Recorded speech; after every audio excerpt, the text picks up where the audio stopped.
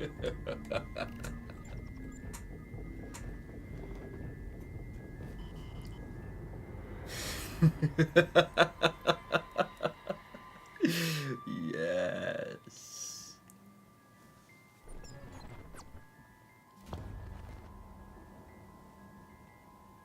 And here we go. What's up, everybody? Hello, little ones.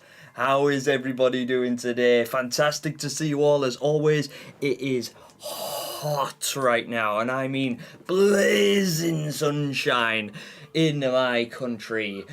And we're not prepared for it. England is melting. I am on fire. As you can see, my skin is red and lobster-like. And it sucks because I love the sunshine and it hates me. But anyway, how is everybody? I'm so glad to see you all. There's a lot of people showed up already. I already count 30 of you guys in chat, so I am severely outnumbered. But hello and welcome, foolish mortals, to a random live stream in the middle of July. Randomly. But it's because we do have things to discuss, because we've made discoveries. And I know a lot of you have as well, and I can't wait to hear them. But first, let's just do a little sound check. Let me know if you guys can hear me. You know, if the vocals are okay. Is the mic too sensitive? Am I too loud? Can you guys hear the backing track? Because you should be able to hear the Little Nightmares 2 set. Well, the just Little Nightmares music in general playing in the background. There'll be a mix of songs from 1 and 2, I believe. But hey, I am going to say hi to some of these people. Let me just scroll up in my chat. Also, forgive me if I'm sweating, but oh my days, when I mean it's hot, it is currently 28 degrees Celsius in here, which is like 90 degrees Fahrenheit. And I've got the computer on, and the lights on, and this light on, and this light on, and this light on, and that light on, and that light on, and those lights on. So it's gonna get hotter still. But I'm a complete reptile and I like the heat, so it's all good. But, hello everybody, James, Chris, Step, Lily the cat. Hey, Miley's in the chat. What's up, Miley? You don't often get to these. Hello there. Somebody Mono, hi Jem, hello there to you. Spanton G Spanton, hello. Abyss, I'm really sorry it's an inconvenient time for you, my brother. I understand. It sucks because of the time difference between the UK and everywhere else on Earth. Because I have a lot of viewers and a lot of fans from all over the world. Like, a lot of you guys are from the UK, but I know some of you guys are from the United States, from Mexico, from Australia, from Canada, from Scotland, some of you guys from the Philippines as well. I know there's a whole bunch of you guys from all over the world, and because I have an actual job outside of YouTube, it means that I'm not able to go live at a perfect time for everyone. So I just go by my analytics, and according to my analytics, most of you, like the large majority, are on YouTube and active and available to watch stuff on a Saturday evening. So I try to negotiate my streams to take place around then on a Saturday evening. Also, sorry if I keep sliding out of frame. I'm trying to look at chat. I'm going to strategically move chat so that it's closer to the camera. I just also don't want to be yelling into the microphone and scaring all you guys away, because I'm so grateful to see you all here. But hello and welcome everyone. What's up, Tiny? How are you? Yeah, no, I'm sorry. Detective Gamer Treg, what's up? Hello, Splat. No, not first, but here. Better late than never, Splat. Osama Ahmed, hello there. Welcome back. Did you accomplish your mission, my brother? How was it? How was your excursion away? Kit Kat Catsy's in the chat as well. What's up, Catsy? How you doing? Lovely to see you all again. I couldn't agree more. It's lovely to see everybody. How are you, Catsy? I hope you're doing okay. Let's see. Idiotic Bookworm, hello there. I'm interested to see what you've got to say today, because you have some collaboration work going on with Mr. Step, I do believe. I'm interested to hear. Speaking of Mr. Tibbs is in the building. What's up? Well. Little ones. Are we not entertained? You think you know all there is to know, but then in the darkness there is light to be found. Indeed, and he's quite right. There's always something more to find. Splat's not allowed to use his parents' money anymore. That's fair. That's fair. Get your own money, Splat. What's up, Wendy Bat? Howdy to you. Xerox24. Get 1 minute. Oh god, yeah, because I'm miles behind chat, aren't I? Allison29, hello there. Hearts and angel faces. All good stuff. For some reason my super chat doesn't work. But oh mate, I am so sorry that Super Chat isn't working for you, Mr. Tibbs. It's all good, my brother. I totally understand. YouTube sometimes just says no. But thank you very much for your contribution, my brother. It's very much appreciated. What's everyone been up to today? I've done all sorts, it feels like. I've been out in the sunshine. Only because I had to go and get a haircut and get my beard trimmed so that I look reasonably non-homeless for the stream. And I've been to the gym, so I'm therefore jacked. Aslak Gunter, hello there and welcome. I'm so glad you can make it. Nintendo Gamer Kid. Can't talk today, but I send you what I found. Yeah, no problem, Gamer Kid. That's absolutely fine. Takeo, hi. Hi. What's up, Nix? How you doing? Marto. Hey. The Overboy! Welcome, Overboy! Welcome to the stream. I'm so glad you can make it. Ghost Goat, your first ever stream. Well, welcome in. I'm so glad you can make it to your first ever stream, and I hope you have a good time. Everybody, please make Ghost Goat feel welcome. If it's anybody else's first time seeing me and being in one of these live streams, please make your voices heard, because it'd be great to know who is new, because I recognise a lot of familiar faces, and a lot of my community will change their names on the fly, and it can be a little bit hard to keep up. So sometimes I'm like, hey, you're new here, and they're like, no dude, I'm not. I've been here for years. It's just a different name. Paper Bag Entertainment made it. What's up? How you doing? What's good? American Oil Seeker, how you doing? It's great to see you. JK Mal, we got members in the building already. Let's get Gemini, how are you? I'm roasting up north today, trying to earn money for Little Nightmares 3 Mirror, but worried that it's going to go out of stock. Yeah, I noticed that it has already gone out of stock for PlayStation 5, I believe.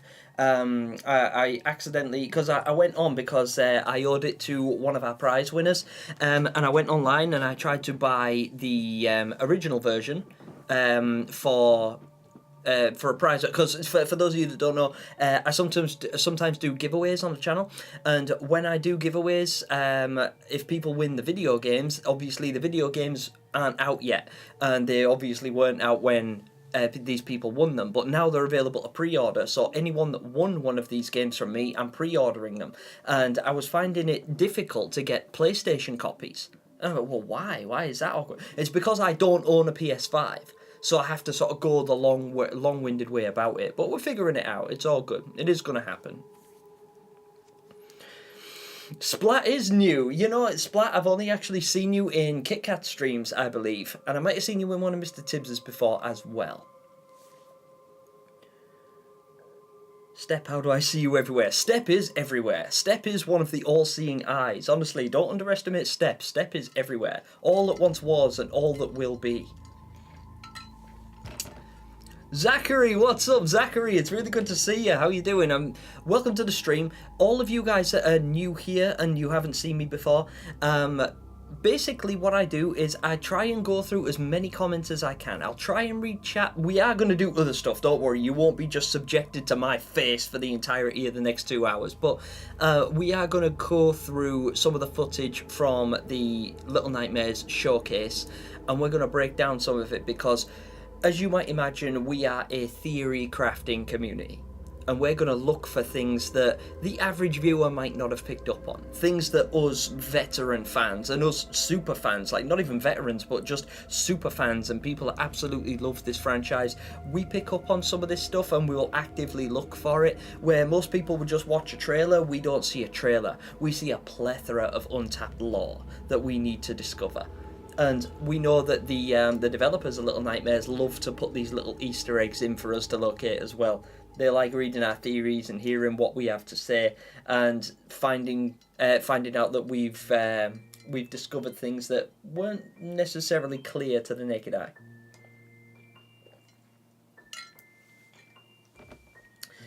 Wait, is it going to come back? I was hoping to wait for Black Friday. Don't get me wrong, it will eventually come back. I think it's just they're limited to how many they get. I don't know if they're like underestimated how popular it was going to be, or if they're just drastically undercreated them or underproduced them or whatever. But whatever the case, I don't doubt you will get it eventually. I've actually been considering, if things go to plan over the next little while, I might actually give away a spiral version of the game. like the spiral edition, for those of you that don't know, is like the collector's edition, where you get, you know, the so you'll not only get the game, but you get all of the deluxe content, and then you get like stickers and posters. You get like ornaments as well. You get a controller holding gnome, collectible coins. There's so much that comes with the spiral edition. It's definitely worth having. I'm happy you have 7.1k followers. Yeah, it is. It's 100 more than last time. The last time I was live, I was celebrating 7,000 subscribers, and we're now up to 7,100. Also, massive W for me. A little like toot my own horn here and blow my own trumpet, but I'm super happy about it, and I owe it to you guys, so thank you all so much.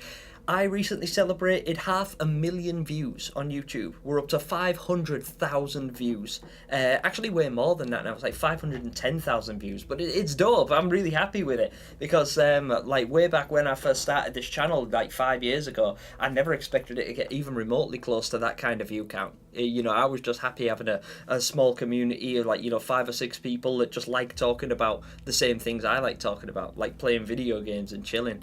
And now there's literally thousands of you. Like, you outnumber me 50 to 1 at any given time in the chat and things like that. It's absolutely dope, and I love it. So it's really nice to not only be a part of this community, but feel like I have some clout within it. Clout's not the word. I'm trying to think of a better word for it, but yeah, it feels really, really good to be this this immersed. Like, I've become almost like an integral part of the Little Nightmares fandom now, and I absolutely love it because it puts me up there with massive creators like It's Just Jord, Super Horror Bro Mike, The Overman, and people like that. It's, you know, there's a multitude of other fantastic creators that I can name, all of which are far more talented than I am, but yeah, it makes me feel really good to see all of you guys here.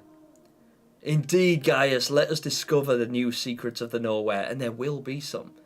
ANH, hello there and welcome. Sorry I didn't say hi because you were the first one in as well, so hello there and welcome. I'm so glad you can make it. Aslak Gunter, and Steam and every other company doesn't respond well to refunds. No, they don't, but they are obligated to give them.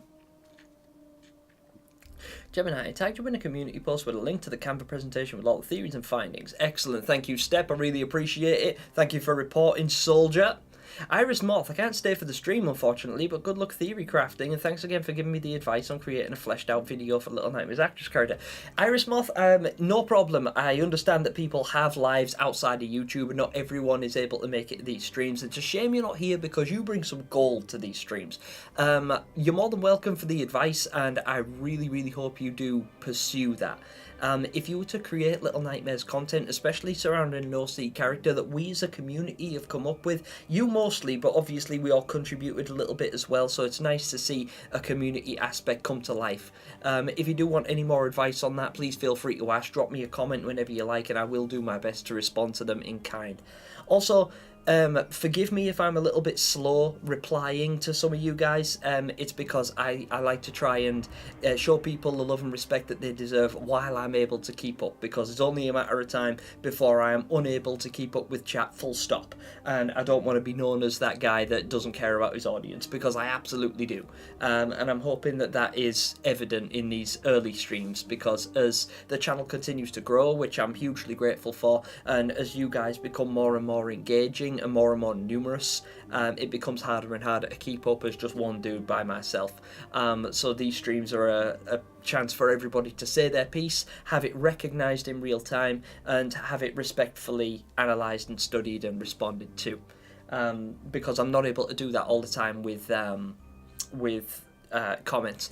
And I'm never on Discord. Like, I don't use Discord. Like, I literally use it as an advertising platform and to look at some artwork sometimes, and that's about it.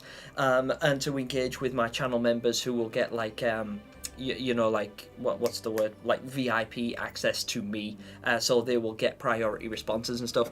But as you might imagine, my Discord just looks like this all the time. So it's like, if I turn on Discord, I will get like 40 messages over the course of the same amount of minutes, and it's just impossible to keep up with, so I don't even try. I hold these streams and then I'll hold myself accountable to responding to everyone that has the respect for me and takes the time to come out and say, so, oh, Alison, look at you dropping in donations in the chat already. Cheeky.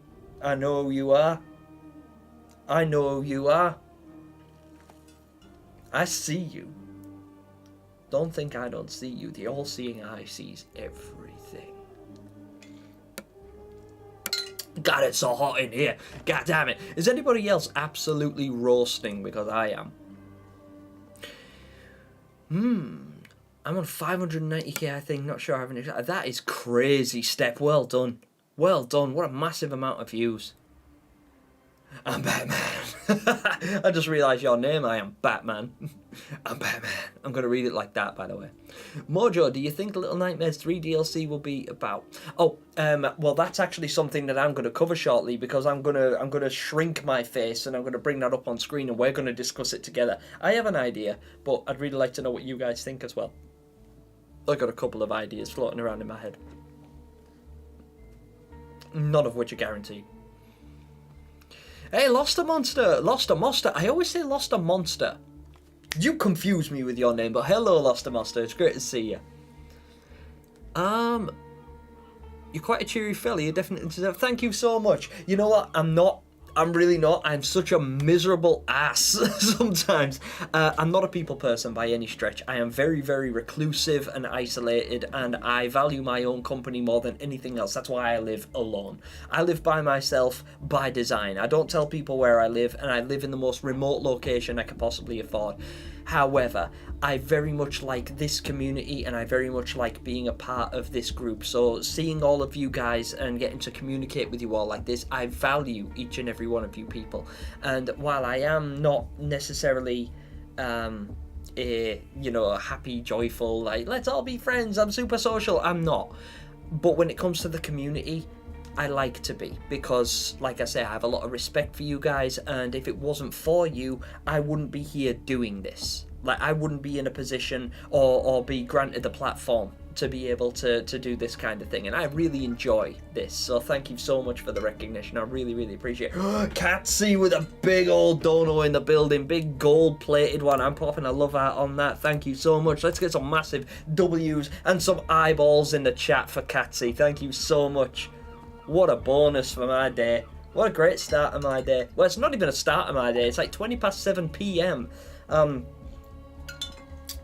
my days. Everyone, ladies and gentlemen, the notorious Bass. This man, we are so back. What's up, Gemini, everyone? What's up, notorious Bass? How are you, my brother? It's great to see you. I thought it would be a bit early for you, Bass. I thought you would be at work right now. Ooh, sorry, I've just, I keep skipping stuff. Sorry, Loster, you said, have any of you guys seen snippets of GKS's short film? Yes, I have, and it looks absolutely astonishing. I can't wait to see it. There might even be... I'm actually looking forward to talking to GKS regarding that, because I might, maybe, no spoilers, have a little bit of an input, and hopefully you guys will get to see it. Sleep into nowhere. Hey, what's up? How you doing? I'm sorry it took me so long to get to your comment. Hello there and welcome to the stream. I hope you're doing okay. Bloody hot in the Netherlands as well. I just super chatted 30 bucks and it didn't send YouTube. Give me my money back. Damn you, YouTube. God damn it, YouTube. Nix, I'm about to re-roast it once I start marching in the parade. Oh, you got a parade to do. Nix, I mean, that's wonderful, but it also sucks because this weather is, like, not for marching. I mean, to be fair, it kind of is. Like, this weather is kind of good. It's good for being outside, but I'm guessing a lot of you guys, like me, are allergic to outdoors. And this is the truth, like, this is genuine God's honest truth. I am literally allergic to summertime. It sucks. I really like summer and everything it encompasses. I like sunlight, I like flowers, I like nature, I like animals. And I'm allergic to it all. As in, I have really, really bad hay fever. Like, if I go outside and breathe without antihistamines, I'll get a nosebleed. If I touch animals that have fur or feathers, I break out in, like, large blistered hives. Like, I'm allergic to all kinds of animal fur. But I love animals. And sunlight is just, well, look at me. Look at how pale I am. Look at my face. Like, this redness is not the lighting. This is sunburn. And I was outside today with doctor prescribed factor 60. It's not factor 50 plus. You get the factor 50 plus sun cream that's for children, and I have a doctor's prescribed sun cream because my skin is allergic to sunlight, and it'll blister. It'll like, I can't even have the window, like I can't have the curtains open. This light that you're seeing on me at the moment is entirely synthetic. It's a lamp. See? And natural light would actually be beneficial and probably make me look a lot better on camera. But if I sit in natural light for more than 5 minutes, I'll have to go to the hospital. It sucks. But I love summertime. It just hates me. Yes, I bet most of us are introverts. Yes, thank you guys. At least you understand.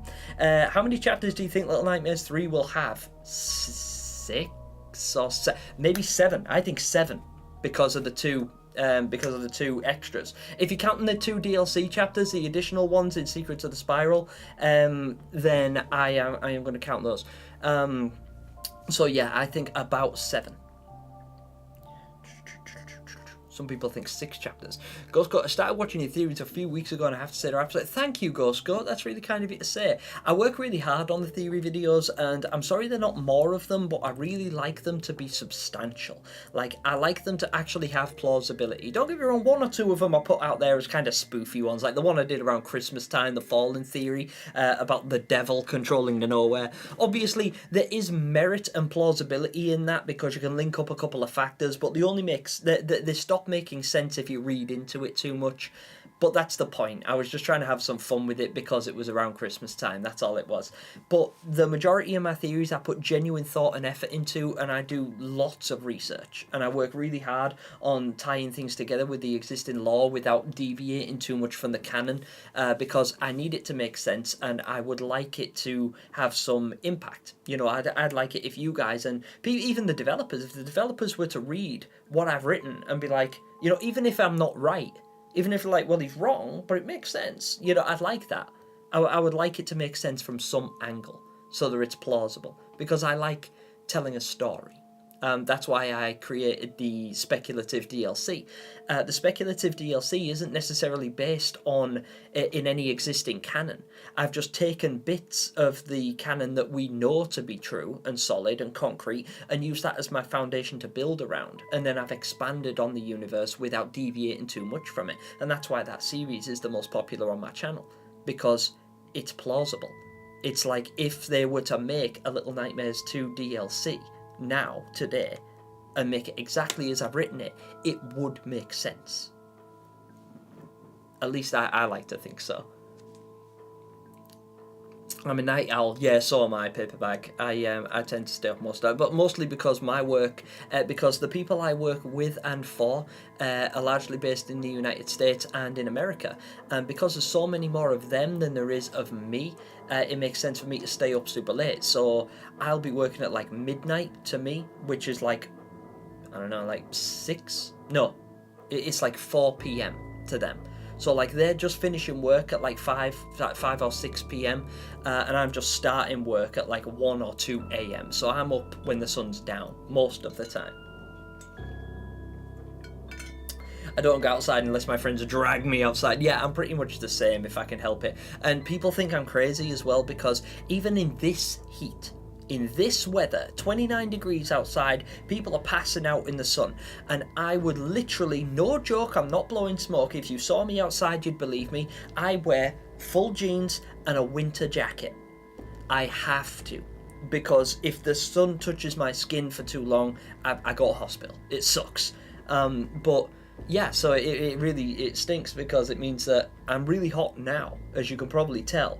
But I'm even hotter when I go outside with my layers on. Fortunately, I'm quite good in heat. I can take the heat. I sauna every day. You know, I sit in 90 degrees for like 30, 40 minutes at a time. I'm really good at heat. I can handle heat.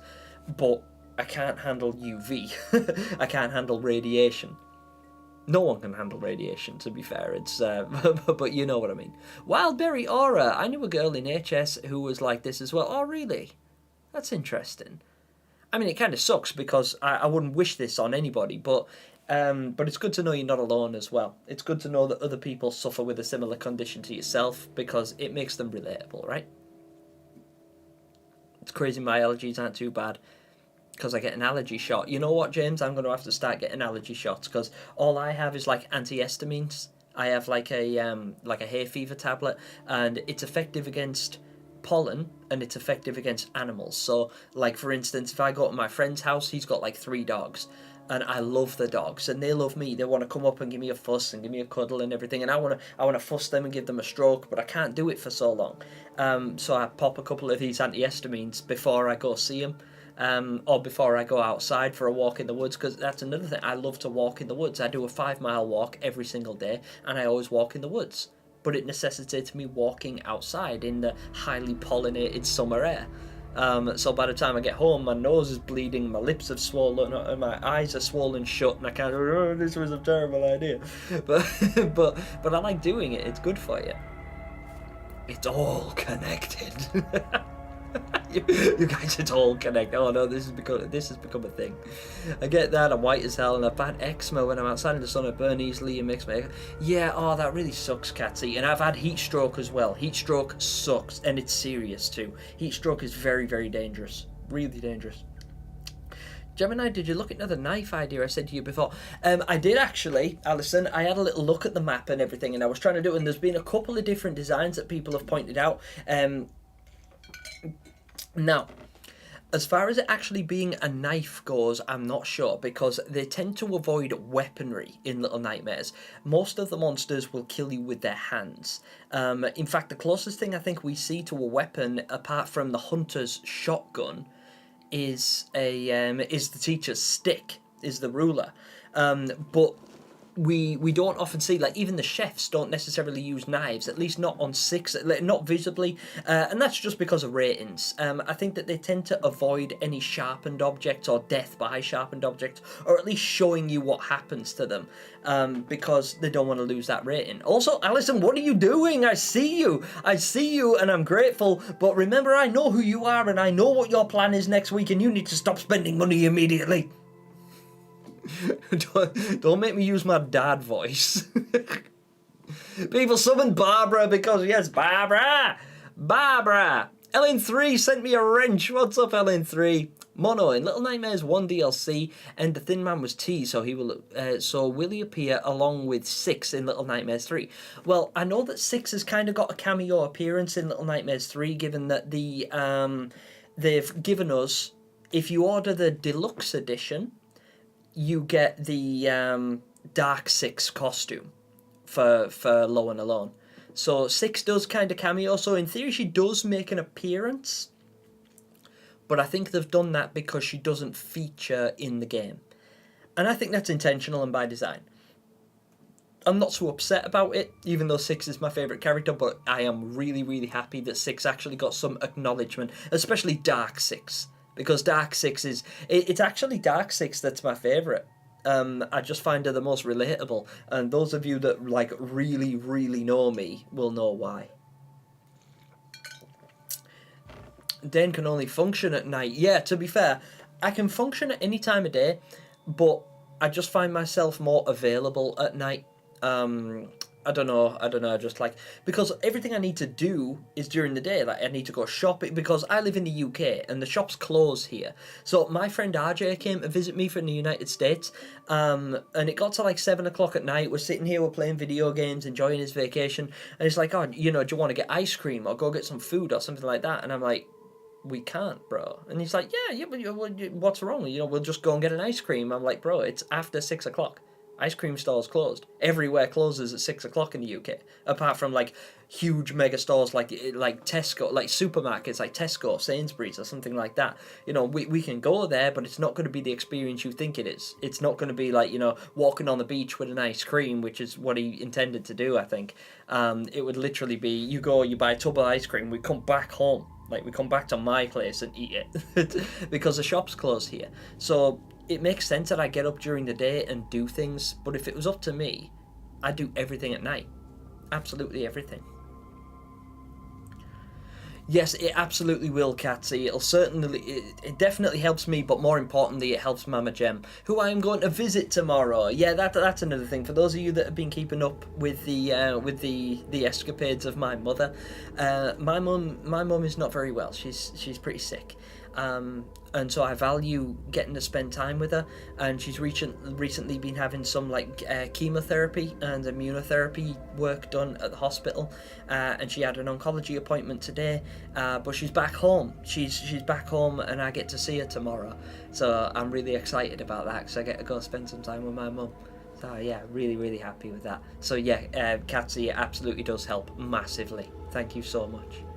Yes, Wildberry or a heat stroke, very bad. Very. Idiotic Bookworm's like, the ruler. I need to get a ruler. That's what I need. I need a ruler. I'm just going to hang it on the wall back there. Just as like an intimidation tactic.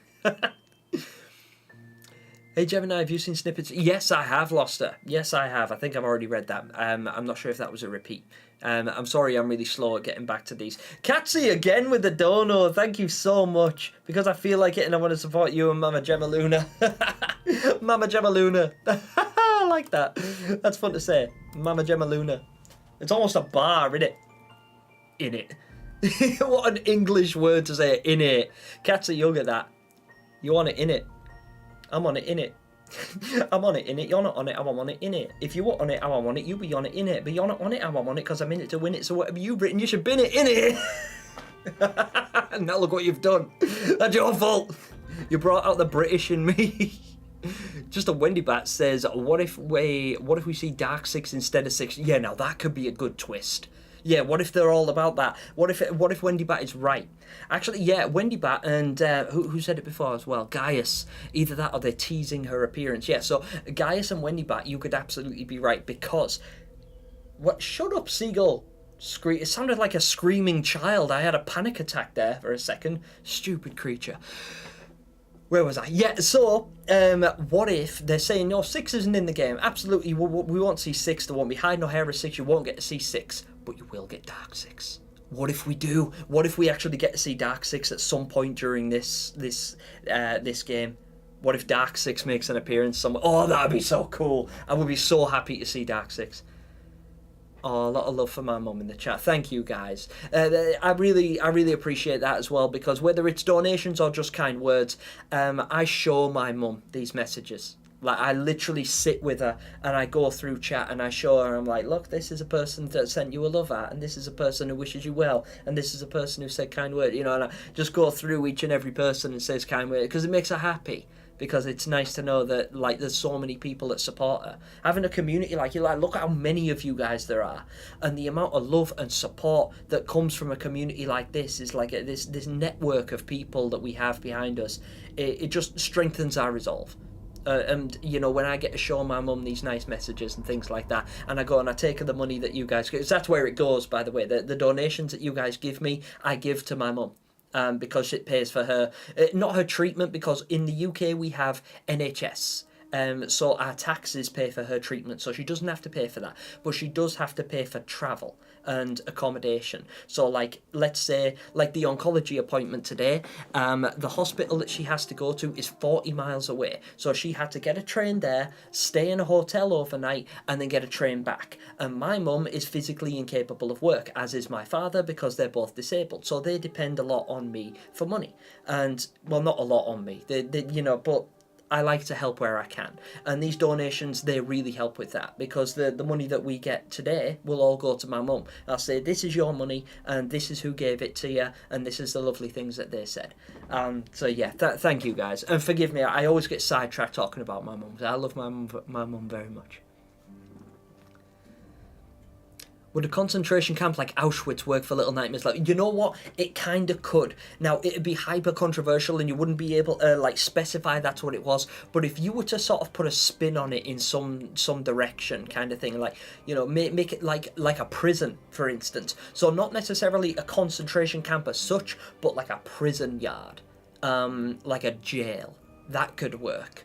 Where people where maybe even like some of the the guests and the herd and people like that, maybe you would have a group of enemies like the patients or like the guests or like the viewers, but they would be the prisoners. And they're all just inmates that live within the prison.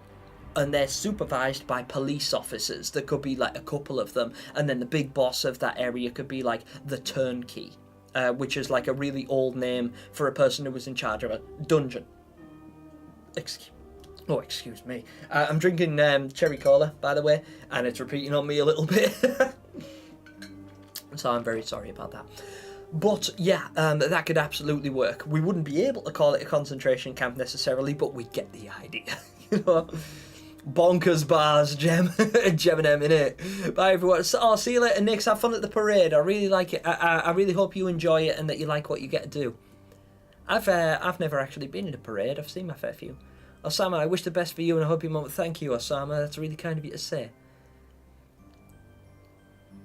I forgot, but I want to thank you very much for looking at my art. James, you're more than welcome. I love looking at Little Nightmares art. It's one of my favourite things to do. In fact, we have actually just hit, thanks to Alison, who I told to stop.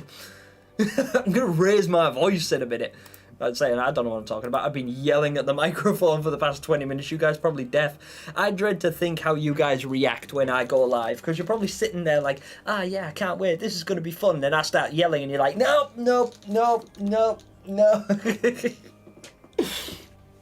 Oh, but thank you, Alison. That's so sweet of you. That's really kind.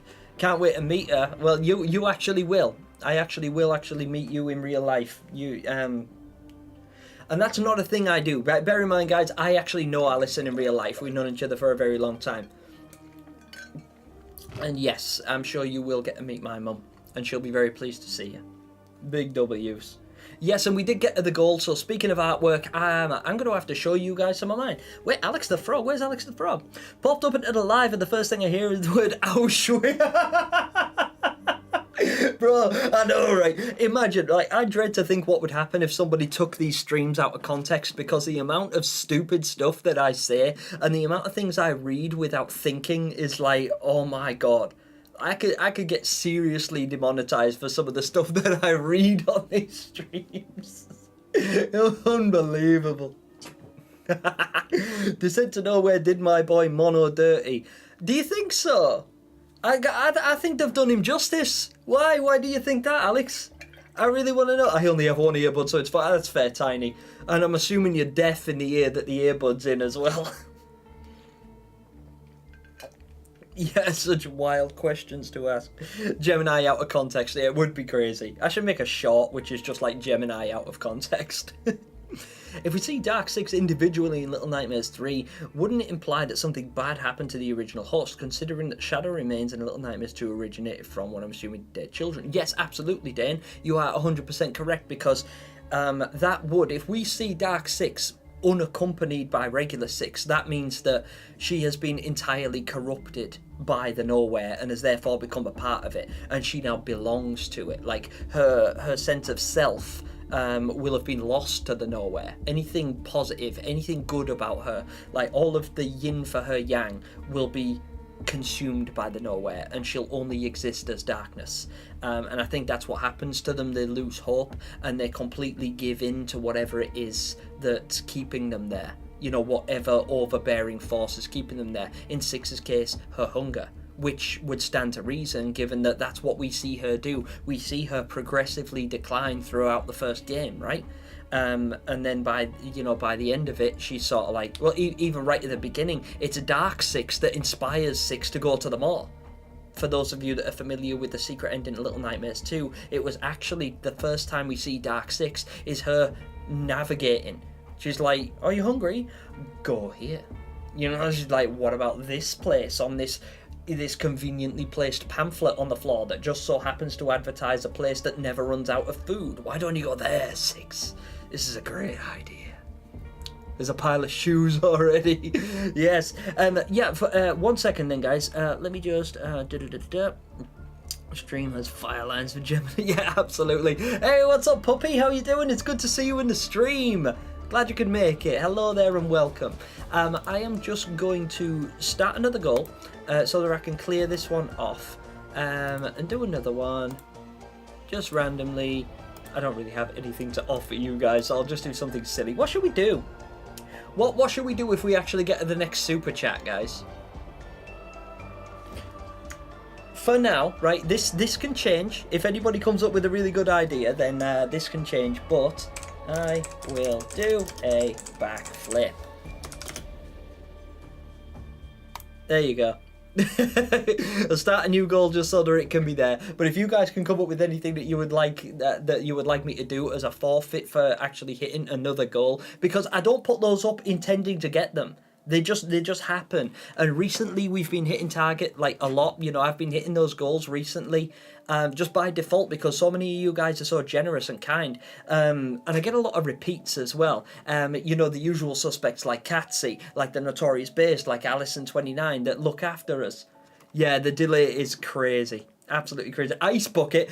Bookworm, I'm already doing an ice bucket. That's actually coming up very, very soon. I'm in the process of purchasing the bucket, but it's going to be a hell of a bucket. Because you guys might recall that I said that if we hit a goal before, I would guess the release date of Little Nightmares 3. And if I got it wrong, I'd do an ice bucket challenge. And I guessed it would release on the 10th of October. No, I didn't. I guessed it would release on the 5th of October, and I was wrong. I was out, I miscalculated a little bit, and I was out by by 5 days, about a week. So yes, I am unfortunately gonna have to do an ice bucket challenge. And don't worry, I know that there's some people that are concerned about me and the fact that it's a dangerous thing to do. I will be under the supervision of a medical professional, weirdly enough. Funnily enough, the guy that is subjecting me to the ice bucket is absolutely jacked, but he's also a first aid professional as well. So if I do happen to need any help, and I shouldn't do because I do ice baths all the time as well. Not necessarily ice baths, but ice showers.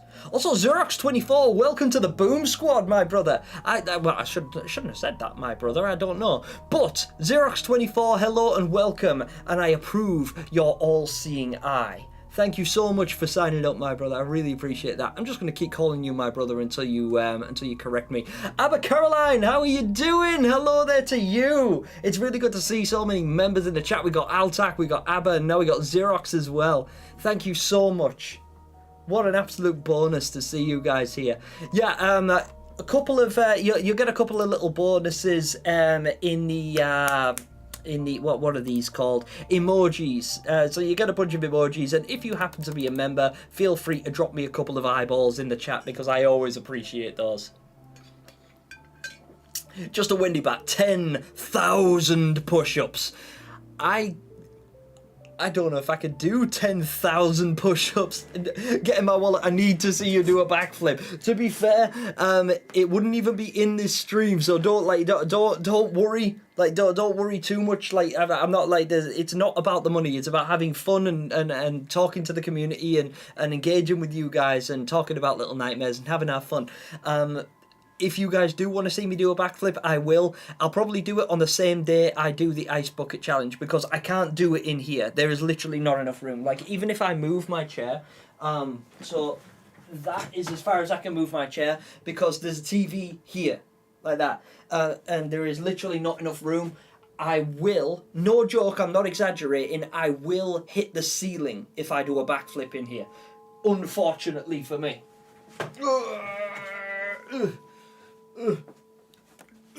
Pants, yes, there you go. Oh, we got some eyeballs. What's up, Abba? What are you thinking? Nix is there tuned in as well. Nix, I thought you were going to your parade. Oh, the last of my Cash App money. Xerox, oh, that's so kind. You really shouldn't have done that. I feel really bad now that I know that was the last of your cash. No, now I feel like an asshole. I am very, very appreciative of it. I really, really am. But please, if you are struggling with money by any stretch, please do not feel obligated to send it to me. I really appreciate it. It does really do. It does go to a good cause. It genuinely does. And I'd never ever turn down a donation. I'm very, very grateful for them. But it would break my heart to know that you've left yourself short. Because I'd hate to know that anyone was suffering on my account. So please don't do that. If you need the money, if it's the last of your money, if you've got very little money, please don't do it. As much as I appreciate it, I would rather you wait until a time when you're a lot more flush, a lot more comfortable. If you really want to support me, you're already doing it. Know that. You're already supporting me in the best possible way by being here and choosing to spend your Saturday evening with me doing this. Like, with or without the donations, I am very, very grateful for you. That's true. That's like real honest truth. I know that the donations do get a huge reaction out of me, and that's good, because you know it's engagement, and you feel like you've actually done some good, and you have. And I like to react that way because it lets me get out my emotions, because it really hits home when people donate, because they know the cause it's going to. And because it goes to my mum, it makes me really emotional that somebody would support me on that level. And not only me, but my family and the people I love and the projects I care about and the things that I do. But honestly, if you guys are not in a position to do it, please do not feel obliged. You don't have to. The fact that you're here spending your time with me is more than enough. It really is. I genuinely mean it. Please don't feel like overshadowed by anybody that makes donations, because I have just as much respect for each and every one of you who chooses to spend your time being here. Have you seen the new Bandai commercial on LN3? Yes, I have. Yes, I have. And I actually seen a new clip, a very brief snippet of the supervisor. Cool shirt, thank you, Wilbur. I really appreciate it. This is one of my streaming shirts. So there's a couple of different shirts. Like it's a duality theme. The whole Gemini concept, you know, red and blue, black and white, side by side. It's there's very specific. This isn't what I wear normally day to day. Typically, I just bought a new hoodie actually. But yeah, I typically wear stuff like this. That's like two-tone. This one's actually custom, so it's that's what my oh, there you go. Oh, it's upside down. Amateur. I'm a professional. Don't judge me. Okay. Yeah, I normally wear things like this. It's just the hoodie is way too hot. Brilliant for the winter time, but in this kind of heat, it's got to be a t-shirt. So I had to order a new one. Breaking a ceiling doesn't. Yeah, absolutely wouldn't be Bookworm. But I will do a backflip for you. Like if that's what we do, you know. Obviously, I'm doing the ice bucket challenge. I have to. I already owe you guys that. That's already like signed an agreement. That's concrete and cast in stone. The backflip I might do. If we hit another target, then yes, I will do a backflip for you guys. Like if I know I've just spent like the past 5 minutes saying don't feel obligated to make donations, but if you want to see me do a backflip that badly, that's what you gotta do. I'll just do it randomly. Supervisor's kind of weird. Yeah, kind of weird is an understatement. Like, Abba, you are absolutely right. The supervisor is a freakish character. Arguably the most frightening monster we've ever seen in Little Nightmares, in my opinion. That's what I think, like, genuinely. Yeah, big W's. Thought it was time to go, but I was wrong. Oh, well, that's alright, Nix. I'm just glad you're able to spend some time with us. But don't make yourself late for your parade on my account either. I'll see you later, Kit Kat. Thank you so much for being here. Like, one second, I'm just going to scroll back up to the right, because I've missed a couple here. So Kit Kat says, I'm going to head off now, sweetie. Yes, you certainly will. I hope you have a fantastic evening for the rest of your day, Kit Kat, and thank you so much for helping me and my mum. Plasmatic says, can she and her new companions possibly endure this frightening and twisted world, or will they be warped forevermore by its dark influence, is the last sentence. Ooh, yes, I love that. And yeah, I'm actually really excited for the novels as well. The character descriptions in that are extremely dark, don't you think? Don't you think they've got some really sinister connotations to them? I love it. I cannot wait for that. I pre-ordered mine recently, actually. I pre-ordered the novels and I pre-ordered the Descent to Nowhere comic. I can't wait for them to arrive. Gemini, I don't know if you saw it, but the summary for the Descent to Nowhere comics is that Mono will abandon Hush, the silent girl, multiple times or try to every chance he gets during their escape. Why? I didn't see that. Why? Why would he do that? Why? Mono! Mono, I thought you were a boy. He's got to have a reason.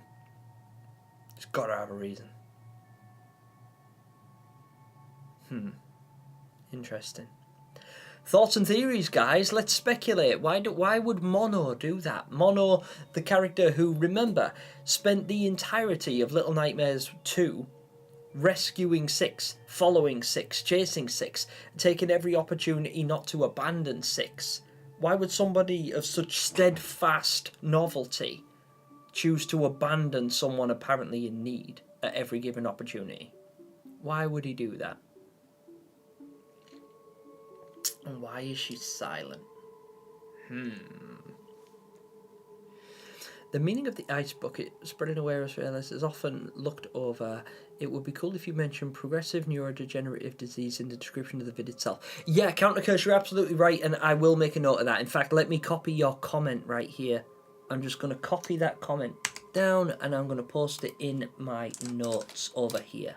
Because you're absolutely right, that definitely deserves recognition and should be, because people often do forget, myself included, the actual point of the ice bucket awareness, because it's spreading awareness for ALS. Let's save that there. Lovely. Perfect. Yep, thank you for bringing that to my attention, Countercurse. I appreciate that. And yes, it absolutely should be mentioned in the description, and I will mention it personally in the video as well before they try to drown me. Even without donations, it's just good to sit down and talk about. Yeah, guys, I couldn't agree more. Like, even if this channel wasn't monetized, I would still be doing this because I really enjoy doing this with you. Step, I did a breakdown on the commercials, by the way, Gemini, in the Canva. Nice one, Step. I will actually be looking into that. I know that I've been saying that for the last hour. It's just I hate to skip through chat too quickly and miss so much, but there's so many of you guys, and you've got so many valuable things to say, and I don't like missing it. Who hates YouTube commenting policies 1, 2, 3? Hi, Gemini. What do you think chapters 4, 5 of Little Nightmares 3 will be? Well, that I'm not going to say your name again, but because I couldn't read it twice fast. But I think that we can speculate on that in just a second, because I'm going to shrink my face and I'm going to bring up a couple of pictures that I want you guys to come over with me. I'm going to share my ideas and I'm going to let you say yours as well. Ethan, what's up, Ethan? Ethan P, what do you think could be these 2 extra chapters? Yeah, again, that is what we're going to discuss, Ethan. I'm not dismissing you, I promise. We are going to look into it. It's just I have a graphic for you guys to look at that I think will give us a really good idea of what they're based on. Alex the Frog has a theory. Yeah, and I get by the emoji that you left there. I think I've got a feeling that me and you have a similar thought process on this, Alex. A game theory. But hey. Oh, MatPat. Gotta love MatPat. Are lovely in the team as well. Like, don't get me wrong, the entire team theorists are such amazing people, and I know that it doesn't feel the same, like game theory and film theory and all that. It doesn't feel the same without MatPat for those of us who've grown up with it, because it's been 10 years or so, like a decade of getting used to MatPat, only for it to change. But honestly, they haven't lost anything as far as production quality goes. They're all absolutely fantastic. I was watching Film Theory the other day, and Lee's delivery and his analytical nature and his logic and his humour is just absolute peak. He's brilliant, absolutely brilliant. What's at stake? Extra chapters, Perfect Lady. Yes, maybe, actually. Yeah, would be good to see Perfect Lady. Would 6 like Dino Nuggets? 6 are probably anything you put in front of a Wilbur. Julian, what's your opinion on the herd? I think they're great, but right, and please don't think me negatively speaking on anything regarding Little Nightmares whatsoever. But the herd are a little bit samey. Like, they're very similar to the guests, in that they're so similar that it's hard to distinguish one from the other. So they're not a very standout kind of enemy. But at the same time, they're not really supposed to be. because we've got the guests. We've got the herd, and they're like a pseudo facsimile of the guests. You know, very similar character with a very similar property and dynamic about them.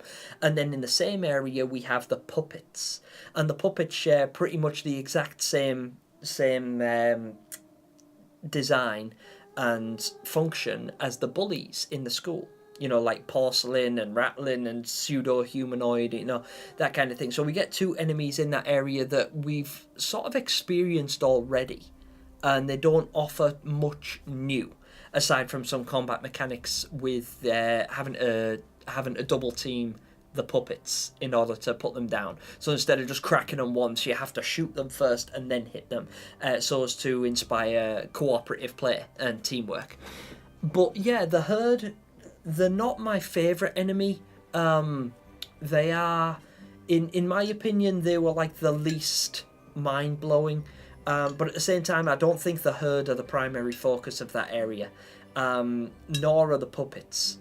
We all know the man in the purple suit is what really matters about that area, and that's why he's so seldom seen. Why the best we've got so far is the odd silhouette in the background, or the wooden picture, the wooden advert for him that they've got hanging up by the big top.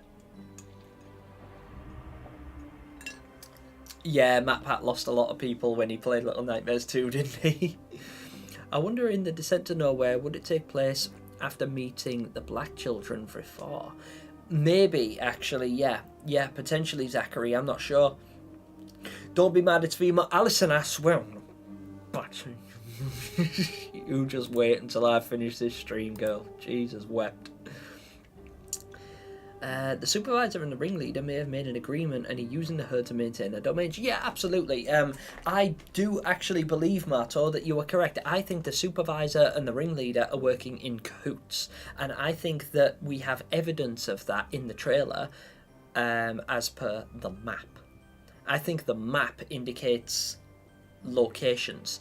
If you've seen my most recent video, I speculated that them pinpoints that are dialed into the map, that where the man in the purple suit, the ringleader, or the ventriloquist, or whatever it is we're calling him, has been stringing locations. Now, there's been a couple of speculations on what that could be, and I think it could be one of two things. It's either where the carnival travels to, because it could be, well, it is a travelling carnival. So, you know, it could be that the carnival travels to these locations, you know, it's been there, and he's, like, keeping track of it that way. Or it could be a means of tracking an individual, a target, a suspect, or something like that. So often detectives or police will use it to track somebody. So if they're having trouble tracking down a perpetrator of a crime, they'll try and triangulate their location by having a series of last known sightings and things like that. So it could be a way of them tracking a particular character. Even it might be a way of them tracking Low and Alone and discovering where they are or where they've been and trying to predict their movements. Let me just change things up a little bit. I'm going to switch my camera from this one to this one. There we go. Hope you guys can still see me up here. And I am going to just open this right here. There you go. Oops. Also, I've lost chat momentarily, so please bear with me.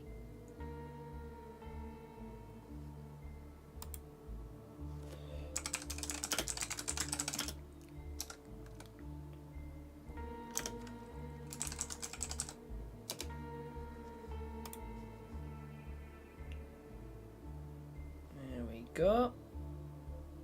Yeah, forgive me, guys. I am. I promise I'm doing something here. You will get to see in just a second. There you go. Alright, the pins on the map can be places where the flying ship flies to. Yeah, absolutely. Sleep into Nowhere is right. That could absolutely be the case.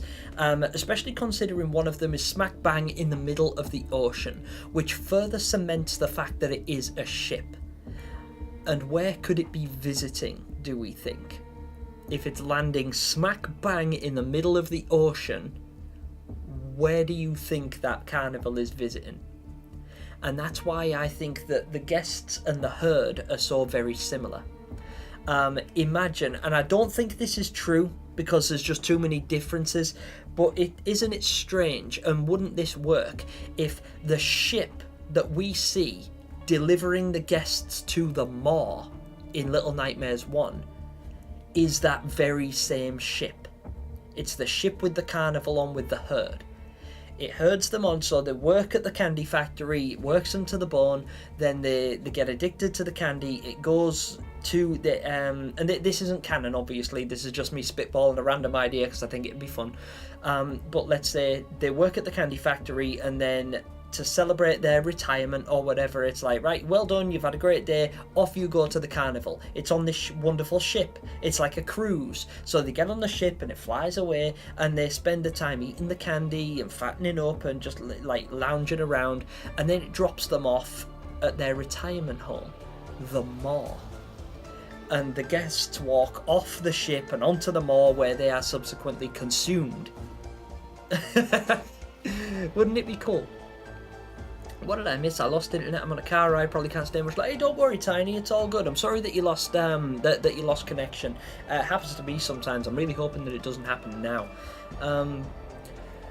What do you think the man in the purple suit and the herd's killing animations are? Oh, well, I think the herd will just eat you, like the guests. I think they'll literally just pick up your character and like that.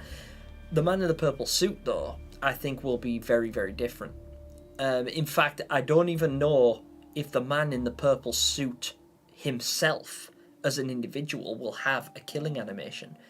I think he'll sick his dummy on you, because it's insinuated in the Sounds of Nightmares episode 4, 2 of a Kind, that when the man in the purple suit is without his dummy, he's limp.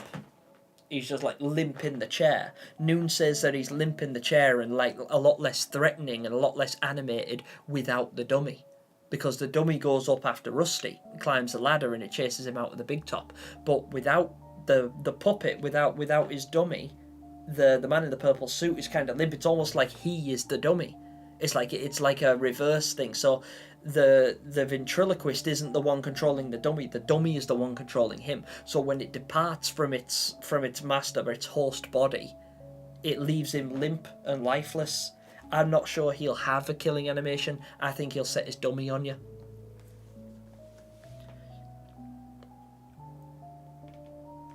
There does seem to be a chase scene step. There absolutely is, because we do witness him throwing a pair of doors open, but what we can't see is whether or not he's carrying the dummy in that scene.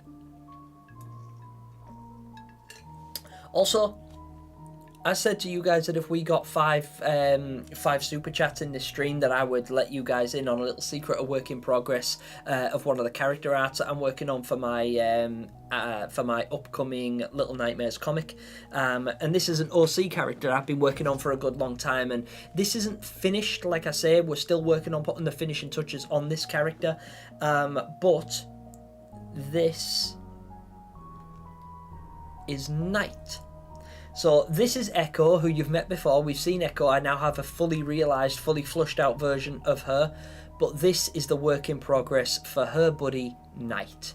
And he is going to be looking after her in my comic series. These are partners who are going to be navigating the nowhere together in my story. What do you guys think of his design? What do you guys think of his dimensions in comparison to Echo? What do you think of the artwork in general?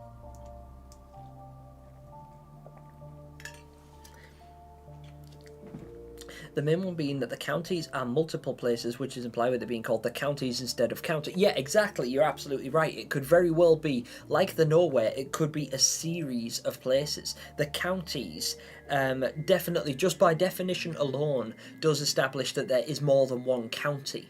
So even though the Descent to Nowhere comics takes place in the counties, it might not be the same county that Otto and Noon took place in. So it could be a completely removed story from the Sound of Nightmares, but it could be the same one. Yeah, gothic energy, yeah, that's what I was going for. I wanted him to have kind of like a mute, dark overtone to him, because he's like quite a stoic character. because obviously he has some trauma and he has an emotional connection to Echo on the grounds of his past that I'm not going to spoil because I've got a lot coming up in the comics. And again, his design isn't fully realised yet, but that's what I was going for, you know, with the chain that can double as a tool or a weapon or something like that, but also as like a stylistic choice that I thought was quite fitting. And yeah, I really like his design and I think it's cool. And I'd love to know what you guys think as well. This is something that I tend to keep to myself. These work in progress arts and things, and these secret characters, these I tend to keep to myself, and I don't usually explore them with the community all that much. That's why I put them as like a reward for the donation sort of thing, because it's only you select few, you know, the people like my foundational audience, because there's 51 of you guys in the chat at the moment, which is a lot of people. But if you bear in mind, I've got 7,000 subscribers, and that to me is an enormous number. And there's clearly not 7,000 of you here. So out of the 7,000 people, only 50 of you have actually seen this character. And actually got to see the design, be a part of it, because, and the reason it's nice to show you as well is because if I show you guys these designs and you think, well, you know, they're garbage, you know, I don't really like that, I don't like her hair, I don't like his hair, I don't like his coat, I don't like his hands, I don't like his dimensions, you know, there could be anything, and feel free to criticize, because I'm open to your critique. It's not going to like hurt my feelings, or well, I'm not going to break down and cry because you don't like my character. It's like, you know, I would invite you to say what you like and what you don't like, because that's how it's going to improve. That's how it's going to help me improve. But yeah, a lot of good words going by so far. Idiotic Bookworm thinks he's cool. Gaius thinks he's cool. Step loves him. Lovely, lovely. Brilliant, brilliant, brilliant. Sorry, I'm scrolling through and I'm trying to like look to see if I haven't missed any up the top either as well. And I definitely have, but forgive me, I don't want to be too far behind chat either. Looks amazing. Thank you very much, ANH. Thank you, guys. Thank you, Wendy Bat, The Dark Knight. Image attached social media post celebrating 1 million listeners. Sounds like, yeah, it is Otto's desk. Yeah, absolutely. And that compact cassette recorder, it absolutely does. The EL3302, it definitely does. And I think I even stated that because that sounds very familiar to me, because they were popular in the 1980s. And that's they actually used them in like doctors' offices and things like that quite frequently. So it stands to reason that we can get like a logical time frame around then. And also, it's not necessarily right. Something else as well is we can kind of decipher when the Descent to Nowhere comics takes place as well. A little bit. Because it's more of an American thing. It never really took off in the United Kingdom or anywhere else around the world, but they used to put missing children on milk cartons in the United States. It was like an early way of advertising missing children. It started there was an Amber Alert system, and it started to raise awareness for missing children and things like that. And that was in the past, like that was a past thing. So, but we are able to, but the detective, or at least the man who approaches the detective on the bridge in the advert, claims, he says that he wants to revisit those cases. But the fact that they're revisiting them means we don't know how much time has passed. So it's a little bit hard to dictate when the time frame is. We can probably have like a pretty accurate estimation. But I also don't think it matters all that much at this point until we know more. Can Little Nightmares reach a level as PT? I hope so. Funnily enough, I helped make a video on PT yesterday over on the Notorious Basis channel, and PT had a world of potential. I remember that It's Just John made a theory video about what if a resident leaves and no way into the way. Yeah, absolutely, Ethan, I looked into that. That's actually my favourite thumbnail Jordan's ever made as well, because he talks about what if the residents can escape from the nowhere. And it's like, well, what if they can? How dope would that be? And he went on to explain it, and I thought that was a really fun theory. And I'd never considered it going the other way around. I'd always considered, what happens to people if they enter the nowhere. But I can never imagine what would happen if they got out.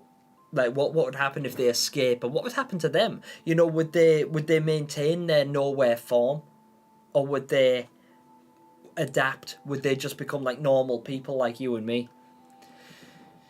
She was a Barbie girl and he was a chemical romance boy. Yeah. Gemini, what if we got back to them all in the DLC because we can see 6 in the mirror and the lady's mannequins? Hi Kate, how you doing? Hope you're okay. Welcome to the stream. Sorry it took so long to say hi to you. Also in The Lonely Ones, the word ruse means to deceive, which kind of... Yeah, absolutely. Yeah, because she apparently has to spend the majority of that novel discovering who is her friend and who is a foe, right? And if her name is Ruse, to perpetrate a ruse is to trick somebody. It's to lie or to manipulate someone. To manipulate somebody into doing something. It's a ruse. You trick someone into doing something. Willed a little nightmare.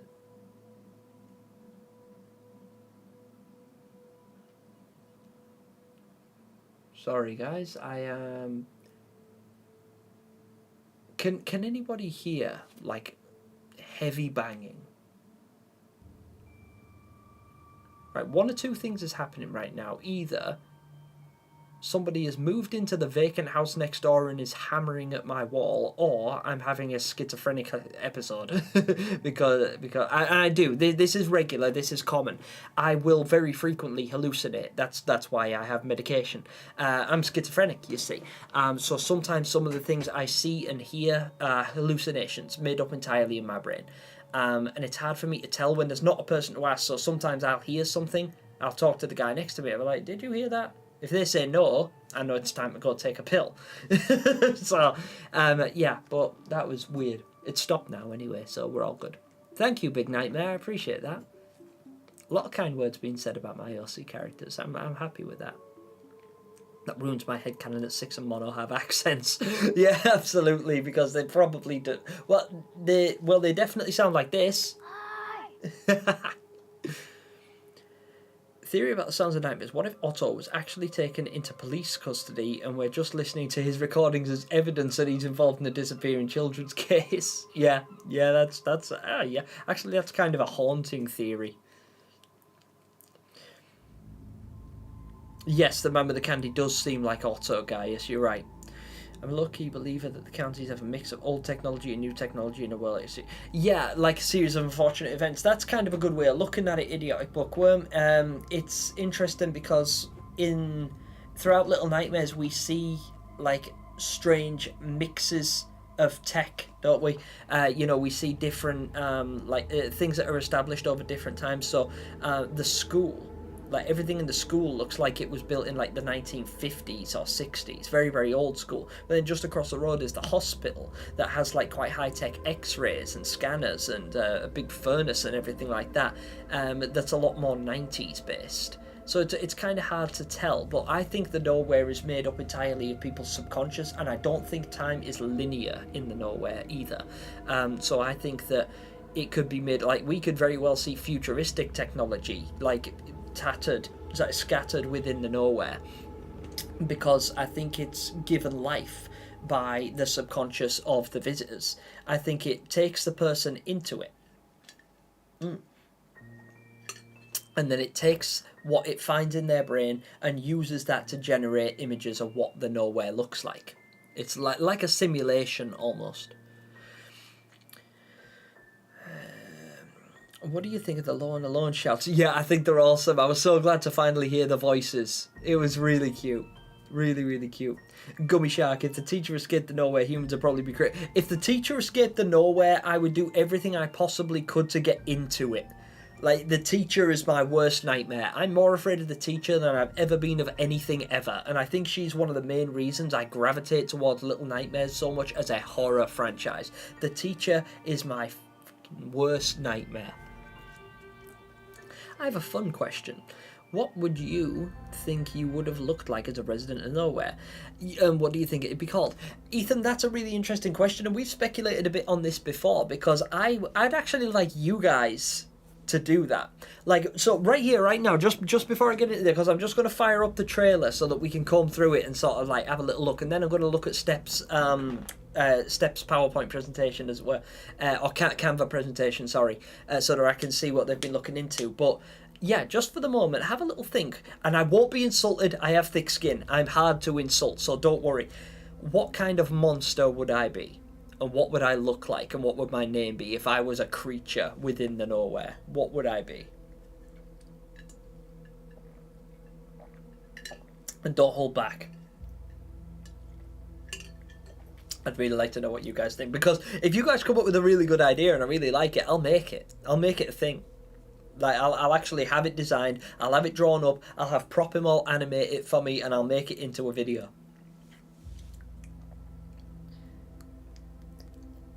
Gemini will definitely look like a guest mixed with a herd. Wendy Bat, how dare you! But saying that, the amount of sugary substance, saying that, this is a zero sugar, guilt-free, guilt-free. But yeah, honestly, for the amount of sugary substances and my weakness to candy, I can forgive you for saying that.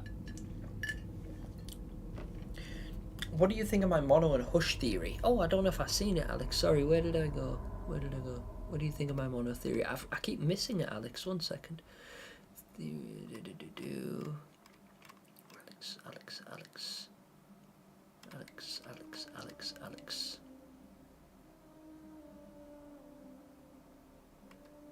Alex. Oh, it's a 5-parter. I'm sorry, Alex. I was skipping over. I didn't read it.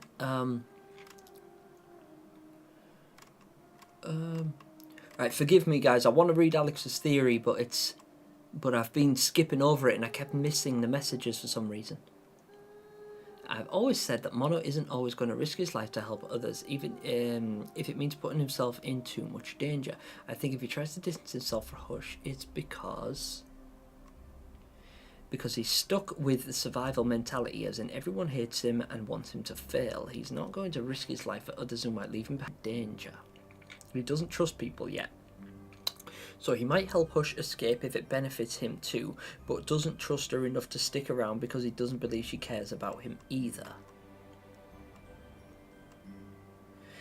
It's only after something bad happens to Hush that makes Mono change his approach to how he treats others. Maybe he was a witness to her death, or indirectly responsible for it. That's interesting. Maybe she died whilst helping Mono escape, and Mono had a change of heart, and that's why he goes out of his way to help Six both escape. Yeah, so maybe maybe he's helping Six out of survivor's guilt over what happened to Hush in the Descent to Nowhere comic. Yeah, that's really interesting. I'm sorry it took me so long to read and get back there, Alex. I kept on missing those for some reason. But yeah, that's really interesting. A really curious theory, actually, because it makes you wonder, why would Mono do that? You know, why would they describe him in that way, which is so wildly different from the novel, kind and wholesome boy that we met in Little Nightmares 2? And it could very well be that the reason he is the way we see him in Little Nightmares 2 is because of the story we're about to discover with Hush in Descent to Nowhere comics. Yeah, really interesting take on that. Thanks, Alex. I appreciate that. Step, oh my god, like that merge monster in Coraline. I love Coraline.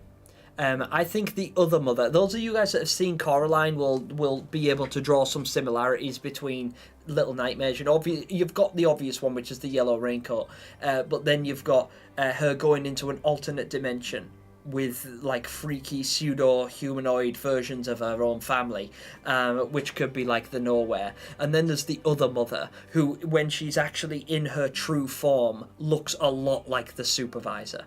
Right down to the spidery aesthetic that she carries, with her, multiple limbs and a beehive hairstyle and all the rest of it. It's pretty dope. There's a lot of similarities that I really like. Bro is dumb enough to record himself. Yeah, just basic. Yeah, I'd read that, but I can't because I get demonetized. Just a basic interview with the detective about Noon's whereabouts. Yeah, absolutely, 100%. Yeah, dude is a moron. Yeah, but Mono basically went through Six's character development in reverse. Absolutely.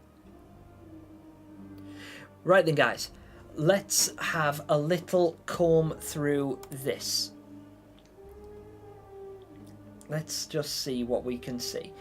So obviously, I'm not going to be able to see chat and watch this at the same. Coraline was my childhood trauma. Still can't fully watch it. Yeah, a lot of people in the same boat. Little Nightmares was inspired by the anime Spirited Away. Yes, it was. The Studio Ghibli. the Studio Ghibli film. Fantastic, really, really good. And the developers did actually state that as well. Right, let's have a look. Right, let's watch this trailer together, guys, and let's have a little look-see. I'm not going to be able to see chat while I do it, but I'm going to pause at like in points this that I find exclusive interesting. Little Nightmares 3 trailer. Which is going to be like every couple of seconds. There you go. Interesting point number 1. No, but yeah, we're just going to comb through this and see what we can see. See if there's anything interesting in the backgrounds or anything that we would like to point out. And if you guys see them, please feel free to call them out. It's just going to be hard because I'm going to have to keep on shrinking chat in order to watch. Yo, what are you all talking about? I just joined. We're talking Little Nightmares theories. So we've mostly been covering the Descent to Nowhere and the counties and things like that. Also, what I'm gonna look like if I was a monster in the Nowhere. And yeah, I missed this trailer. Oh well, Xerox, you're gonna really enjoy this because I'm gonna play it in its entirety and we're gonna come through it. yeah. Also, like, well, you see, that was my evil twin? Doppelganger! Gemini forgot to take his meds and now he's hallucinating that something's banging next door. That's true, that did actually just happen. But I didn't forget the meds. I did actually take my meds today, they're just not always 100% effective. But yes, absolutely, I probably was hallucinating. Also, do you know who composed the nightmares for... who composed the music for Little Nightmares 3? I know Tobias Lilja and Hugo Long did the main theme, but I don't think they're doing the whole soundtrack. No, they're not. Tobias Lilja is not doing the whole soundtrack. I think he's only done 2. One of which was the main theme, which we got to see. But I'm not really sure. I'll have to look into that because I know that it's not Tobias Lilja, and I know it's not Hugo Long that's done the whole soundtrack. They did do 2 of them. One of them was the main theme, as ANH has just described there, but I'm not 100% sure of the name of the actual composer for the rest of the soundtrack. I saw your video about your doppelganger, so I know what you're talking about. Let's have a look.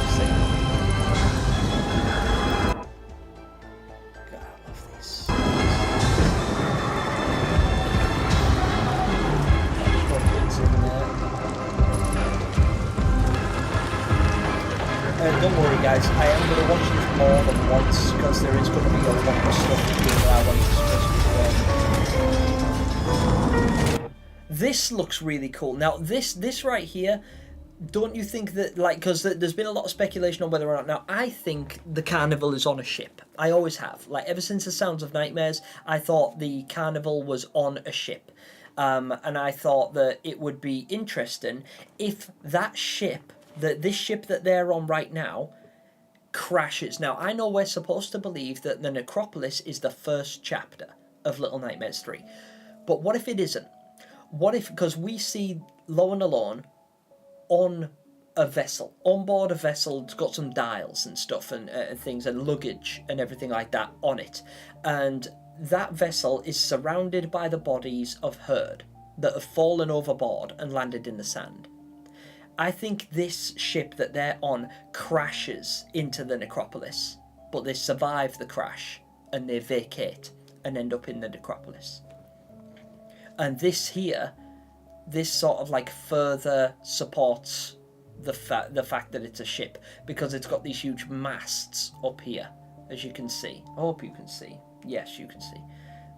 Like this. So this kind of area here has a very like a nautical ship aesthetic going on. Would you guys be in agreement, or does anybody think I'm wrong?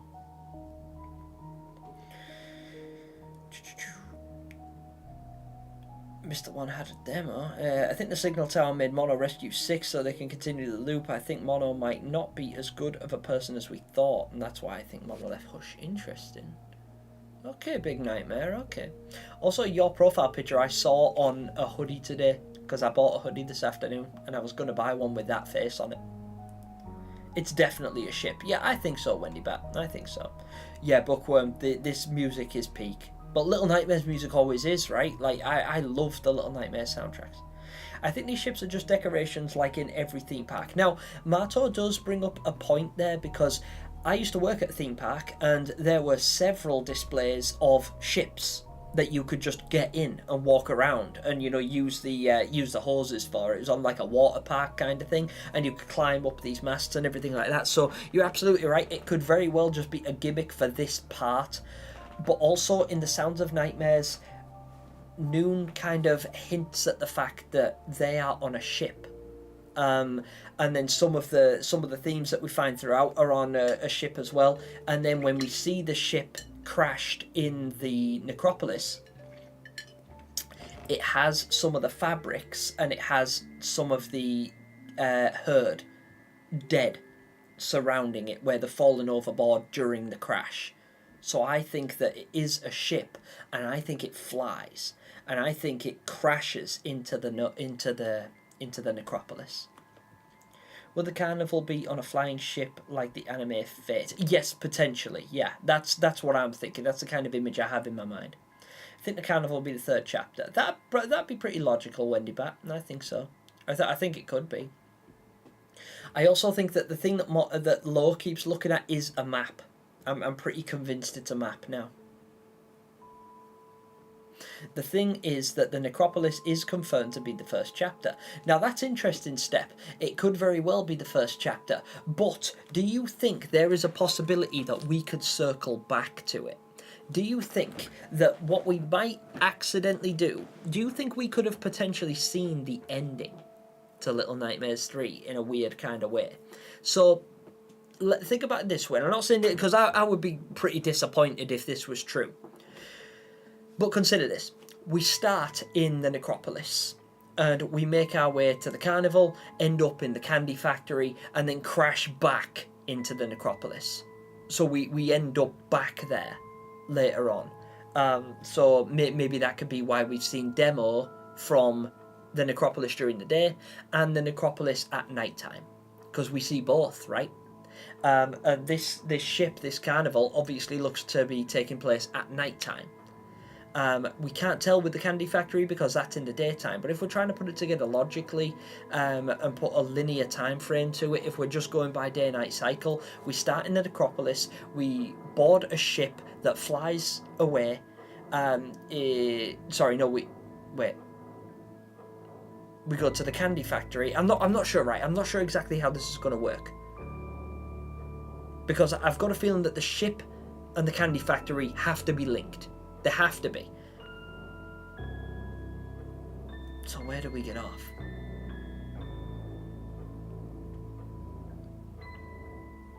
Yeah, so it's pretty hard to put together linearly if I think the ship crashes. If we know we start in the necropolis, and I think the ship crashes into the necropolis, we can't possibly start on the ship. We have to end up back there, and that might be why we have a day and a night cycle. But at what point does the candy factory fit in? Do we access the candy factory? Because I can't imagine we'd find the candy factory in the necropolis, right? You know, or like not so close to. Saying that, we use mirrors, right? We use the mirror. We don't know how far the distance we can travel through those mirrors. The only reason I think it would have to be in pretty close proximity is because the only time we've seen this method of transportation before is with Mono travelling through the televisions. And Mono was highly restricted by how close the television was in proximity to himself and the TV he was touching. So he could only travel to the next nearest one. And if that's the case with this, then it would be kind of difficult to imagine us travelling from a place that's arguably in the middle of buttfuck nowhere, pardon my French, in the desert, all the way to a candy factory that presumably is in a city of some description with, you know, a power source, or at least an industrial estate on the outskirts of a city. Unless the candy factory is in the necropolis, but they seem so wide, like the worlds apart, aren't they? Like, as far as time frame goes, the idea of the dead city is that it's a dysfunctional city. It's no longer a city. It's not functional anymore, so it wouldn't have an industrial estate because there's nobody to provide for. I don't know. A lot to consider, guys. Hey, Nikki Gibbs, what's up? I'm glad you can make it. Don't worry about being late. I was kind of late too. Kind of looks like a tree in the background, though. Yeah, exactly. All-seeing eyes are definitely know where's HR. Yeah, for sure. Always listening to it when drawing or writing. Yeah, it's inspirational. So the ship Low and Alone come out of in the playable demo is this ship. Looks very similar to the boat and the guests come through. Yeah, I think so too. I think that 100% means it's a ship crashed into the necropolis. I could be like, again, don't take it as gospel because I said it, but I just think it stands to reason, right? Like if we consider this and we see this ship, like we see something happening with this ship where it's falling apart, like the we see the there's a part in one of the old trailers, in the Friendship trailer, where everything seems to be tilting, like because Low and Alone have to scramble through one of the wagons because it's tilting like that, isn't it? And why on earth would it be tilting that way unless the ship as a whole was going down? If the ship tilts in its entirety and starts to capsize like that, then everything that's on that ship will tilt upwards, forcing our heroes to sprint and climb and jump and run through that area. That would indicate to me that the ship is nosediving, it's crashing, and maybe that's what happens if we do away with its captain being the ventriloquist or the ringmaster, whoever the man in the purple suit is. Again, this is all just theory. Because it was on a flying ship, why would it rain so much? I know I heard it that time.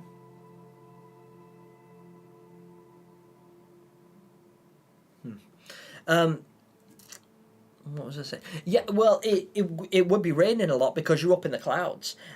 So it's like they are subject to all of the like you.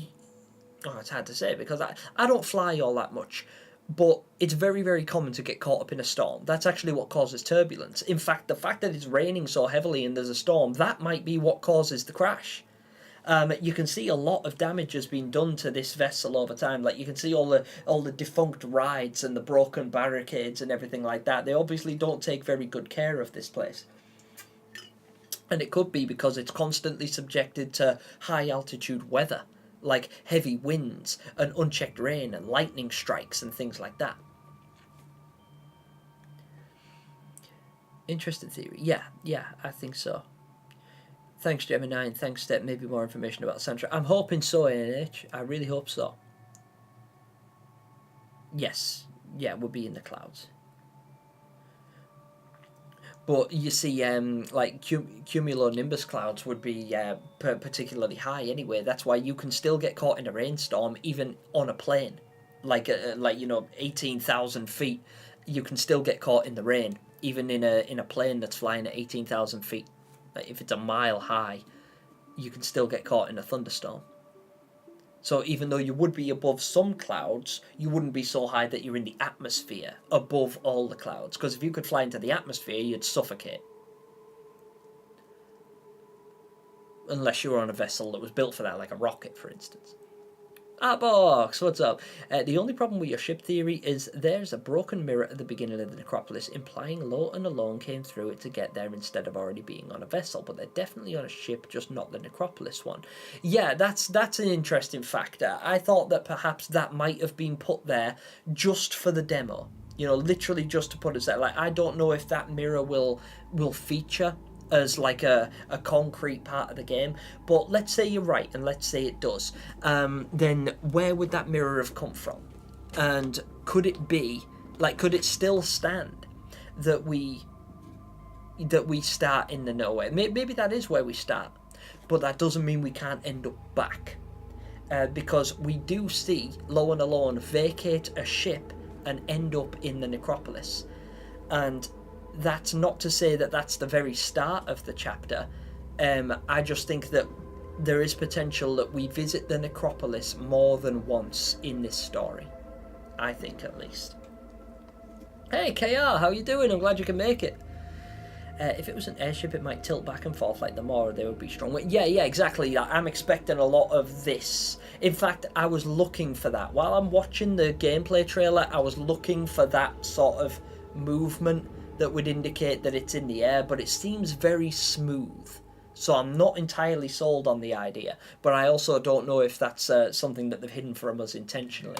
But if you look at this, it doesn't look to be moving all that much. It doesn't look awfully unstable for something that's essentially like flying through a hurricane. Oh, right. Interesting thing. Something I noticed about Little Nightmares, right, and something that you guys will be familiar with as well. They tell stories in the set dressings, particularly in the wallpaper. So, like, if we take a little look at this, let's say I go to my Little Nightmares folder here, and I try and find a picture that I saved recently to show you guys to exemplify this point.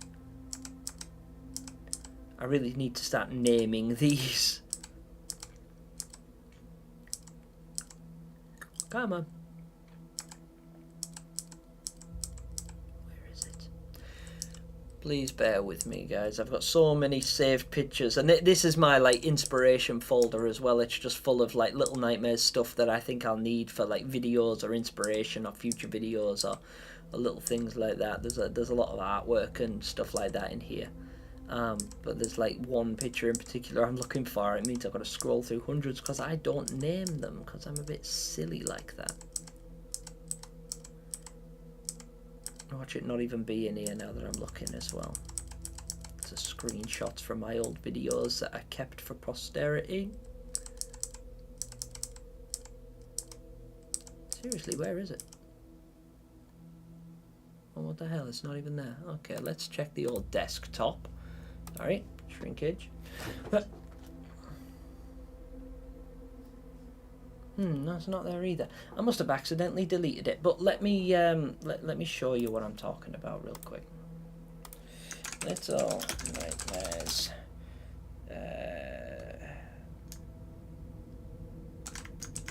Okay. Runaway Kid.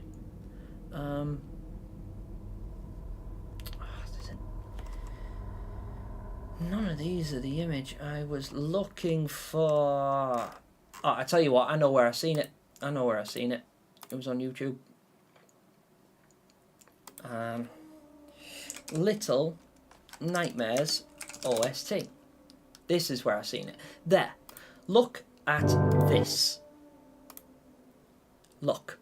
Now, most of you guys will have seen the wallpapers already. So, let me see. Let me just real quick. So look at the wallpaper in this image. You can see the eye, obviously, but then if you look closer, you can see a lot more stuff. So you can see gnomes here. There are gnomes. Here's six. Here's leeches, like the old design of the leeches where they had legs. There's another one. There's another wallpaper that's got like the lady. I'm not sure if it's. Why aren't the pictures loading? They're all the same. Is this one different now?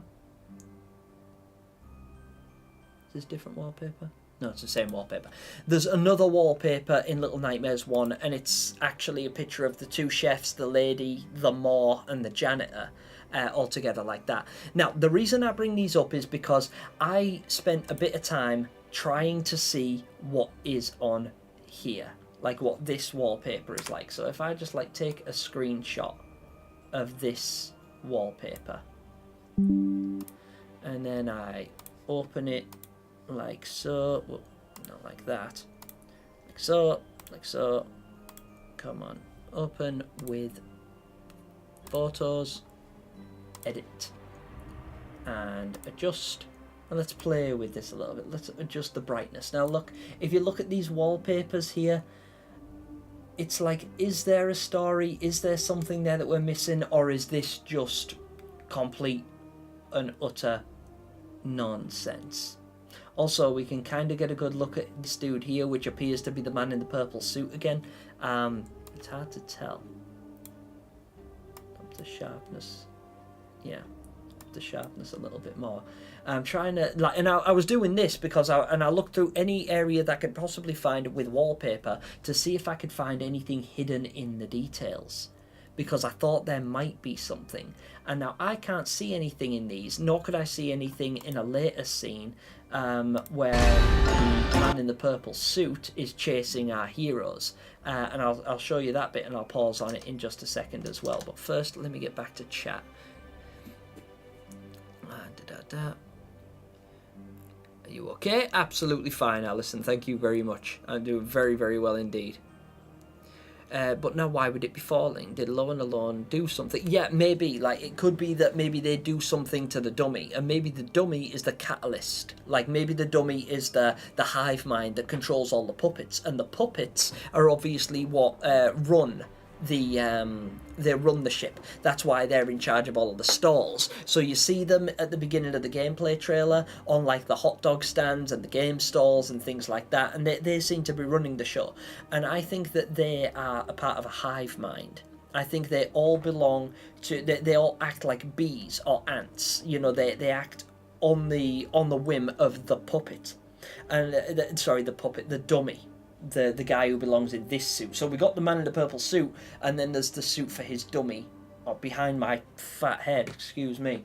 These here, like as you can see, man in the purple suit, and then the dummy suit hanging just above it. I think that the dummy is the one really running the show, but that's obviously a smaller enemy that we should, as you know, as a cooperative, be able to handle at some point. Maybe we, Low and Alone, manage to defeat the dummy and do something to him that basically shuts down the carnival. Maybe by defeating the dummy, you kill everything on board, at least all of the puppets, and that includes the puppets that were piloting this ship. So it's got nothing left. There's nobody left to fly it. Like, if you were to suddenly take the crew of a ship and just blink them all out of existence, or Thanos snapped them to death, or just you know, if they just disappeared, all jumped overboard, the ship would just like crash, wouldn't it? It would crash, it would sink, it would fall into disrepair. So no doubt something terrible would happen to it, and I think that is potentially what might happen if, as Low and Alone, we go into a battle with this purple man, this man in the purple suit. He sicks his dummy on us to get us in these smaller areas. We know happens because we've got a clip coming up of the dummy chasing Low and Alone through like a ventilation shaft. What if we happen to destroy the dummy and it kills its it's like essentially killing the queen ant, you know? So by getting rid of the queen, you disrupt the entire hive. So you've gotten rid of the power source. He's the nucleus that powers the ship and everything on board, and he uses his hive mind's like area of influence to have all of his puppets control the ship, to fly it, to manage it, to herd the guests, to herd the herd, more like, sorry. What if that's what they do? And by destroying the dummy, we in turn crash the vessel. Maybe. I'm 100% convinced that the carnival is ship because of the release date. Trailer room is in the furnace room, front of the Acropolis, but with candy on the floor and a puppet tied up on the seat. Yeah. So there's a number of different things, Countercurse, that will allude to the fact that it is a ship. I think just the fact that we can't be 100% certain by anything we've seen so far means we still have to speculate. But I'm also pretty convinced. I'm like 99% convinced that it's a ship.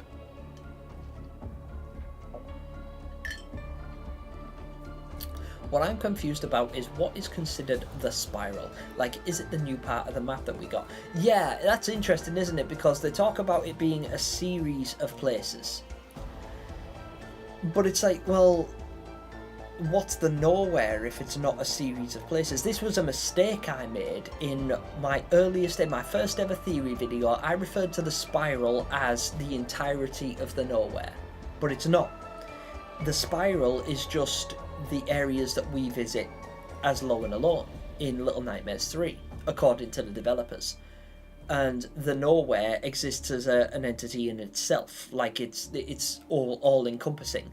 So like it is like just a town or a city or a country. Like the Maw, the Pale City, the Nest, and the Spiral are all their own separate individual entities, and they all contain places within them. So like the Pale City had the school, the hospital, the signal tower, and arguably the wilderness on the outskirts.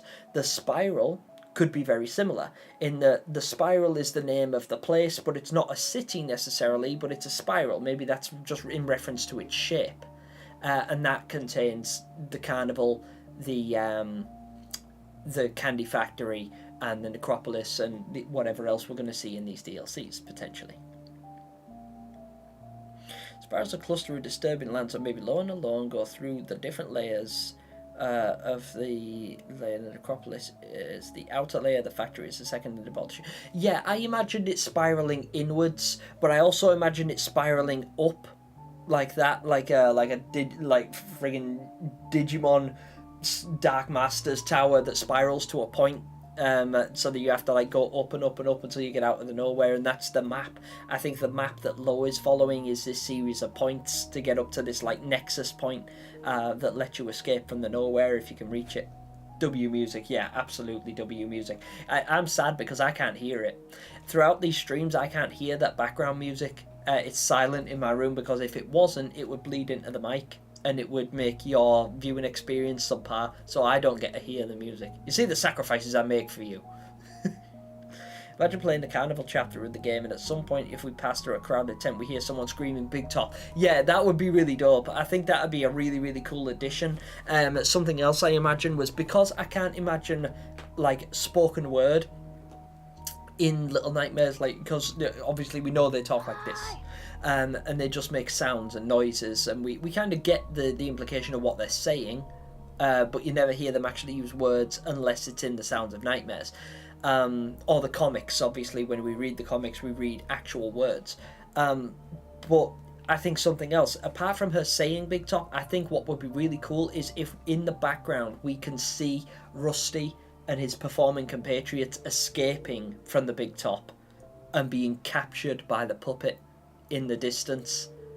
Or if we're looking, maybe as a nice Easter egg, you could have Noon and Rusty going around on the big wheel. I think that would be another one, like if you got to see them like on the big wheel and you could just see their silhouettes or something like that, but it's them and it's like a little Easter egg. But also something else I noticed, guys, is I don't think we're going to see Noon at all in this. Even though this is I think this is either before or after Noon got there, because Noon states when she starts telling us about her dream in The Sounds of Nightmares, episode 4, Two of a Kind, Noon says that she can see reflections of the sparkling lights in the puddles on the floor from the rain that cleared up before she arrived. So we can assume that if it's raining, like if this was to take place at a similar time, in really close proximity time frame wise, that this, what we experience as Low and Alone, happens before Noon gets there. Because Noon doesn't get there until the rain stops. Once the rain's cleared, then Noon arrives. But at the same time, we can't use the weather as any real justification because it rains practically every day. It can rain, it can be shiny, it can be whatever. We can't necessarily use the weather as an accurate measurement of time, but I just thought it was interesting that they made a point of stating that the rain had stopped when she got there, and it's so very obvious that it's currently raining when we are there. So it's like, well, how, what's the chances of us seeing Noon? And I think we know for a fact that if it's raining, we're not going to see her. Absolutely at all. Not to say that she wouldn't have an influence or some kind of, we won't be able to see evidence of her being there somehow. We might get to see one of the performers' outfits, like torn and discarded, because they're described quite generously. One of them's wearing like a red, a red ringmaster's looking outfit in the circus. And we know that character is in there, and we know that character tries to escape. So if anything does happen to that character and we find that article of clothing scattered somewhere around this area, then we'll know it took place after Noon's adventure. But if we don't see anything like that, we can assume that we won't get to see Noon because it's still raining and she doesn't get there until it stops. Anyway.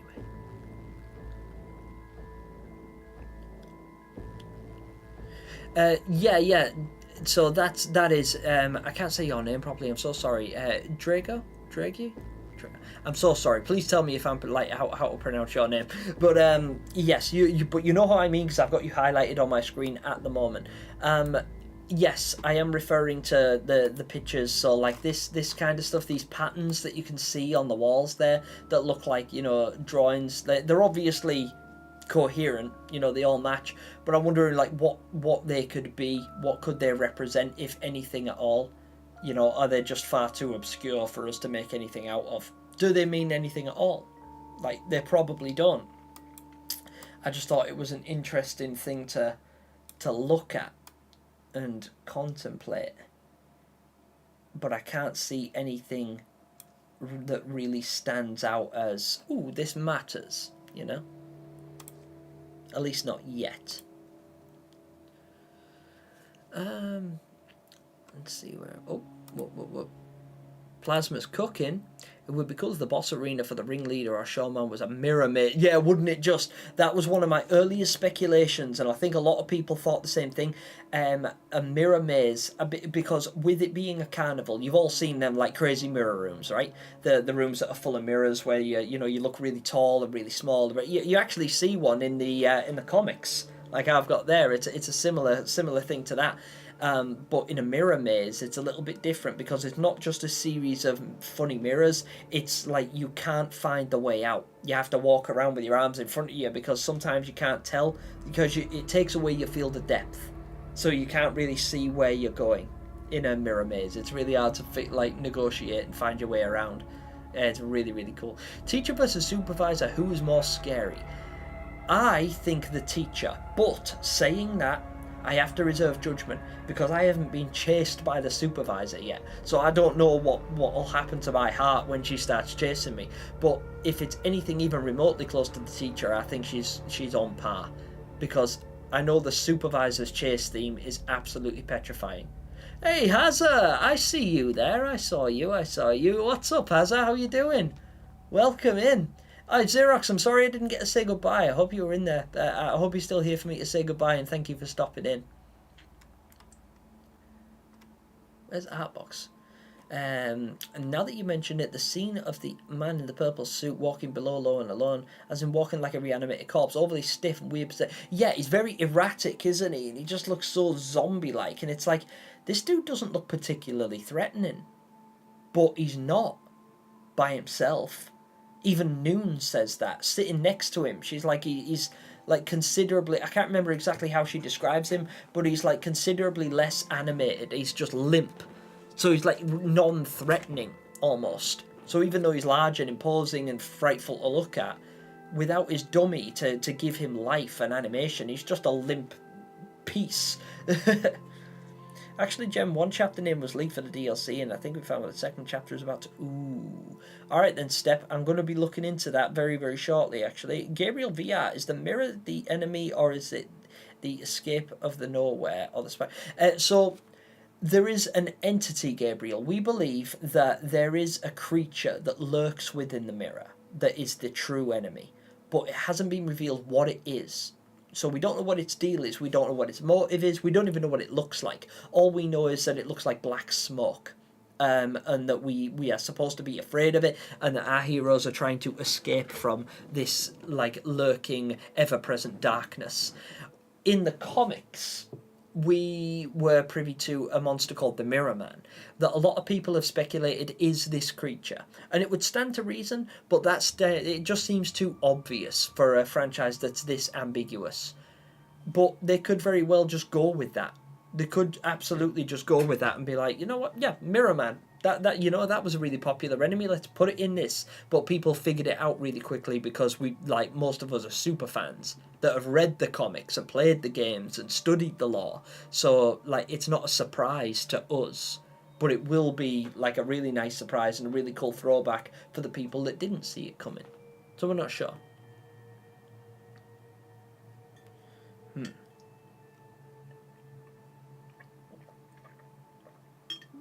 Yeah, absolutely, Artbox. You're totally right. That's something else that I was looking for when I was watching the gameplay trailer. I was watching to see if that's what happens. If as the characters progress through the carnival, does the rain clear up? But it doesn't seem to. The only time it's not raining in the carnival, from what we've seen so far, we haven't seen it all. We've only seen a snippet of the gameplay. But from what we've seen so far, it doesn't rain.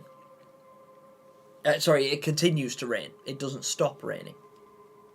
But then the ship doesn't crash. Yeah, exactly, right? Because then Noon would have to be on board. Noon wouldn't be able to get on board.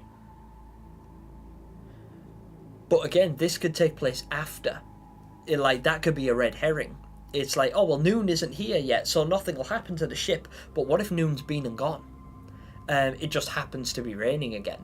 What if we throw through one storm cloud and into another? What if it's constantly raining on the ship? What if it has like a constant black cloud over it? We're not sure. You're absolutely right, Step. It would stand to reason that the ship crashing theory doesn't hold water, lol, if the theory about Noon not being there, it makes it linear, chronologically. You are right. But if one of those theories is right, it could be that both of those theories are right. It's just that we are using the weather as a means to justify our perception of what time frame this takes place in. But the rain isn't an accurate representation of that. It's just a curious.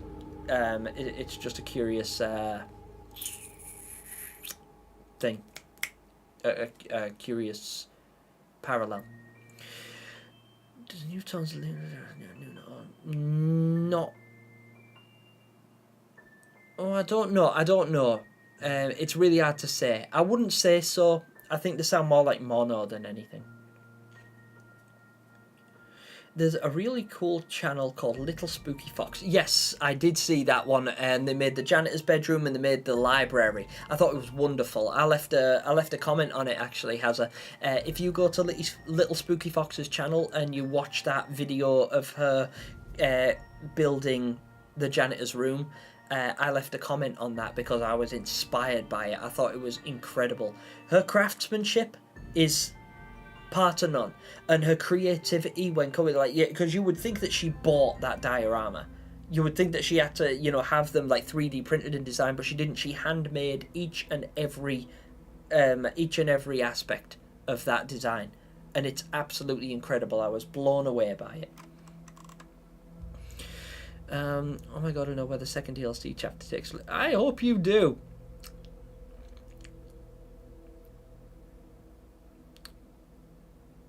Sorry, I'm skim reading now because obviously I'm miles behind and there's a lot I want to get through and I am running out of time because I have actually got a meeting soon. So I'm going to have to cut this stream short, I'm afraid. Here's a thing, actually. I'll tell you what, let me end this poll. I'm going to start a new one for the last little bit. Interesting. Create a theory video together is the most popular one with 93 votes. Yeah, because Just Jordan and I have been considering doing a collaboration for a while, but obviously we want you guys to enjoy it. And I'm sure that you would enjoy it regardless of which of these choices we ended up going with. But I wanted to get some tangible evidence that I can present to Jordan and just say, I think we should make a theory video together. And if he says, well, why would you want to make a theory video over a live Q&A? I can compare the results and say, well, 44% of my audience said that they would prefer that.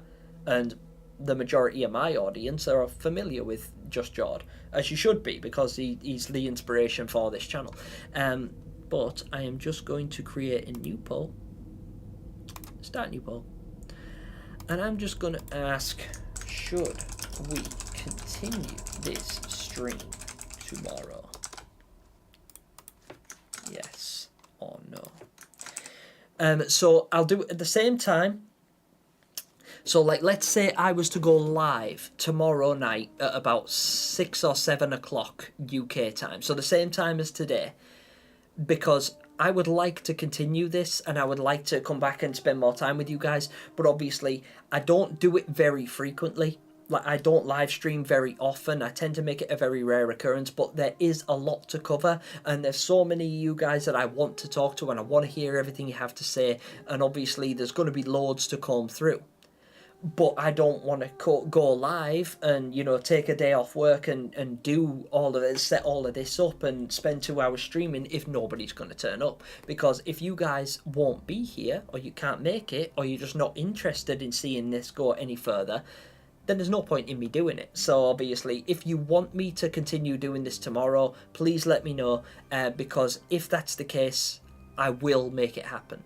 I will actually do 2 live streams back to back, and we'll continue to comb through all of this stuff, because I want to comb through the rest of this trailer. I want to look through the gameplay footage. I want to watch the Descent to Nowhere reveal and everything like that, and I want to see Step's presentation, because Step brings some real gold. Like, Step and his team and their entire crew, Step's community, tends to really dig through this franchise on the same level I do. So I am really, really intrigued to see what Step has brought up.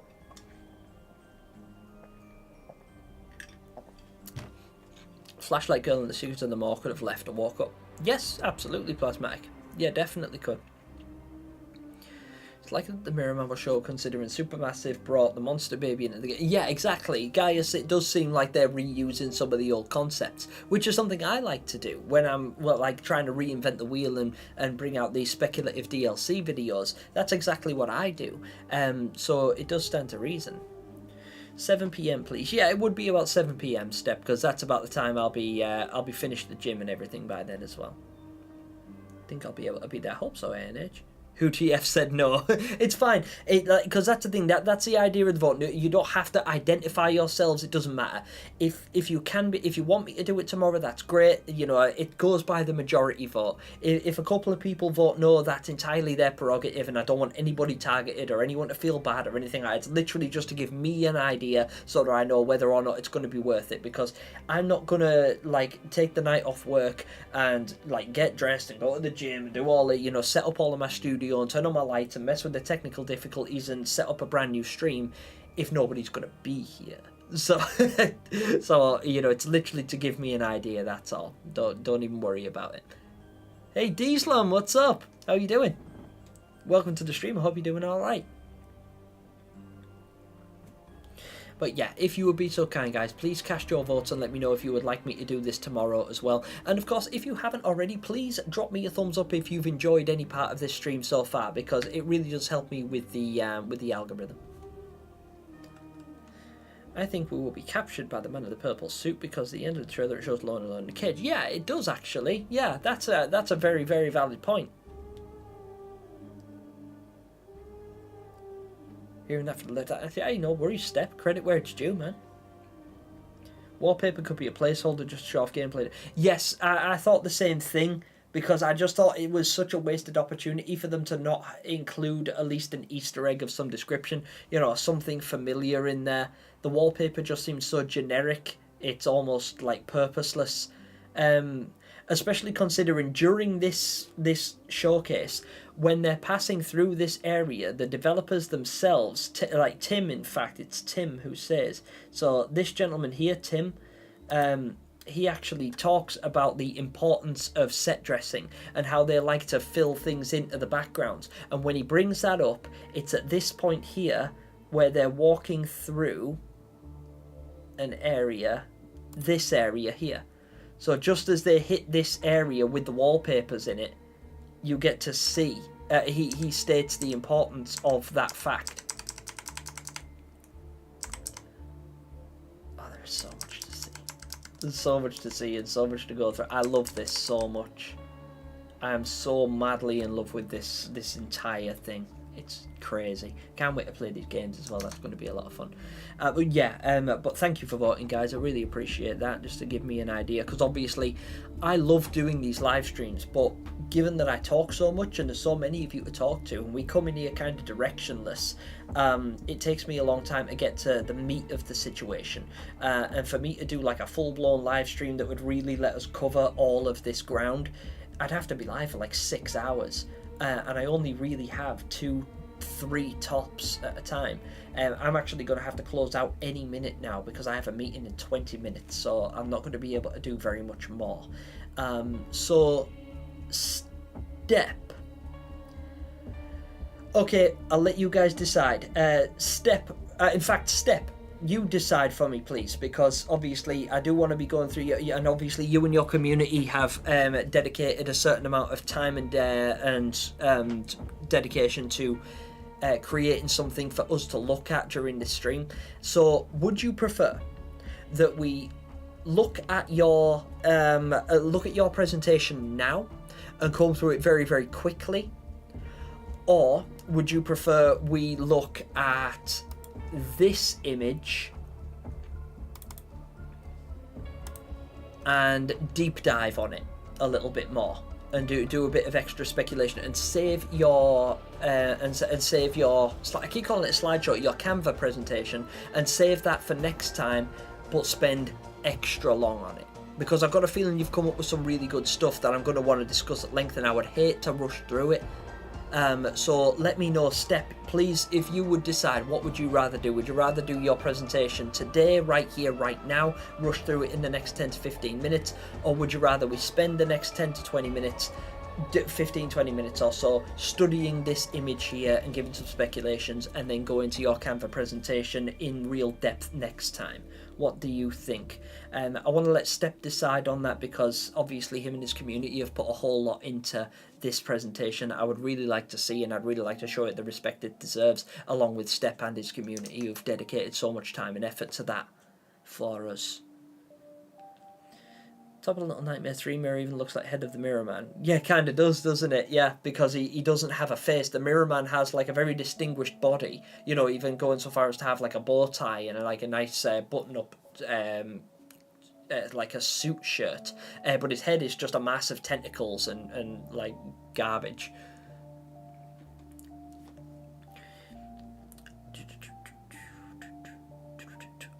Gemini, I don't remember, but did you give your theory on why Mono is acting so coldly in Descent to Nowhere? No, I didn't, because I'm not entirely sure. I haven't had a lot of time to think on it, but I reckon it could be something to do with the timeline. It might be that we are seeing a very early Mono.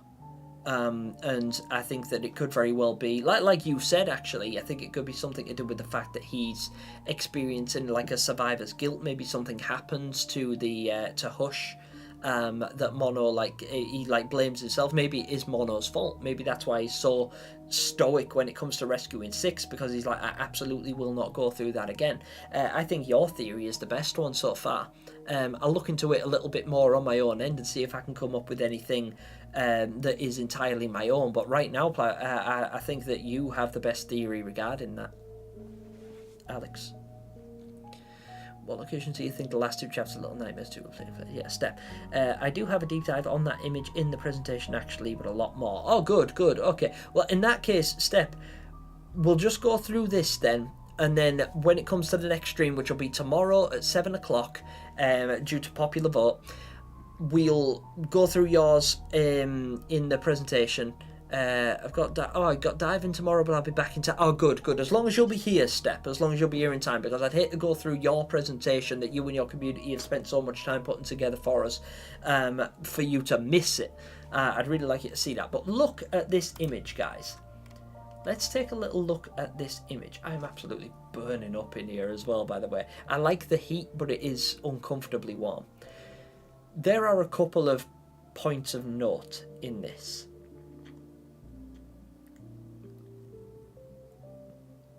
Several more now that I've actually taken the time to look at it properly. Because obviously we've got a few things of note here. We've got this big pincushion looking thing. And then we've got these kind of like dolls that look like artists' dolls, you know, posing mannequins that artists would use to draw. So you use these to get, like, you know, like any of you that are artists, and I'm sure in fact I know a lot of you are artists, will recognize these dolls because you can use them to pose your subject and like draw simpler images. As you can see has been done in my work in progress here, you can see where the works were done before. Like this, you see there's two circles, so this is a foot, this is a foot. So you get the very basic design down with basic shapes and stuff, and then you start to fill in the finer details. And in order to draw those basic shapes in the structure you want, you use these kind of models here. But what could these be for, and who would use them? Perhaps some kind of artist. But then this here, we have these needles, these pins, and then this large pin cushion here as well. There's a wheel of some description there. Could be a spool of thread. Like, we might have some kind of, like, arty, crafty kind of enemy on our hands. I don't know what this massive, monstrous nonsense is up here. What do you guys think of that? Even this here, could that even be a face of some description? I mean, I'm probably reaching now, but take a look at this. Have a look at this section right here. If I do some adjustments. Just turn up the brightness. Let's get some shadows. Saturate it. That kind of looks like a face a little bit. I'm getting eye, nose, mouth. It's probably just pareidolia, but like, what is this thing? Like, what were they hoping to achieve with this? These here, all this stuff. I'm sorry if my face is in the way, by the way, guys. I'm trying to suss out what this could be. This like trolley-looking thing here. Is it a chest or a stool or a table of some kind? I don't know. But yeah, really interesting is that, like, this area here. What do we think that? Obviously, Step, I know you've got like a whole bunch of theories, and you probably won't want to expand on them here and now because you'll go into it in your Canva presentation that we're going to go through tomorrow. Step has the authority now. Yeah, I've promoted Step. Step has been promoted. Yeah, when I'm not here, Step's in charge. You answer to Step now.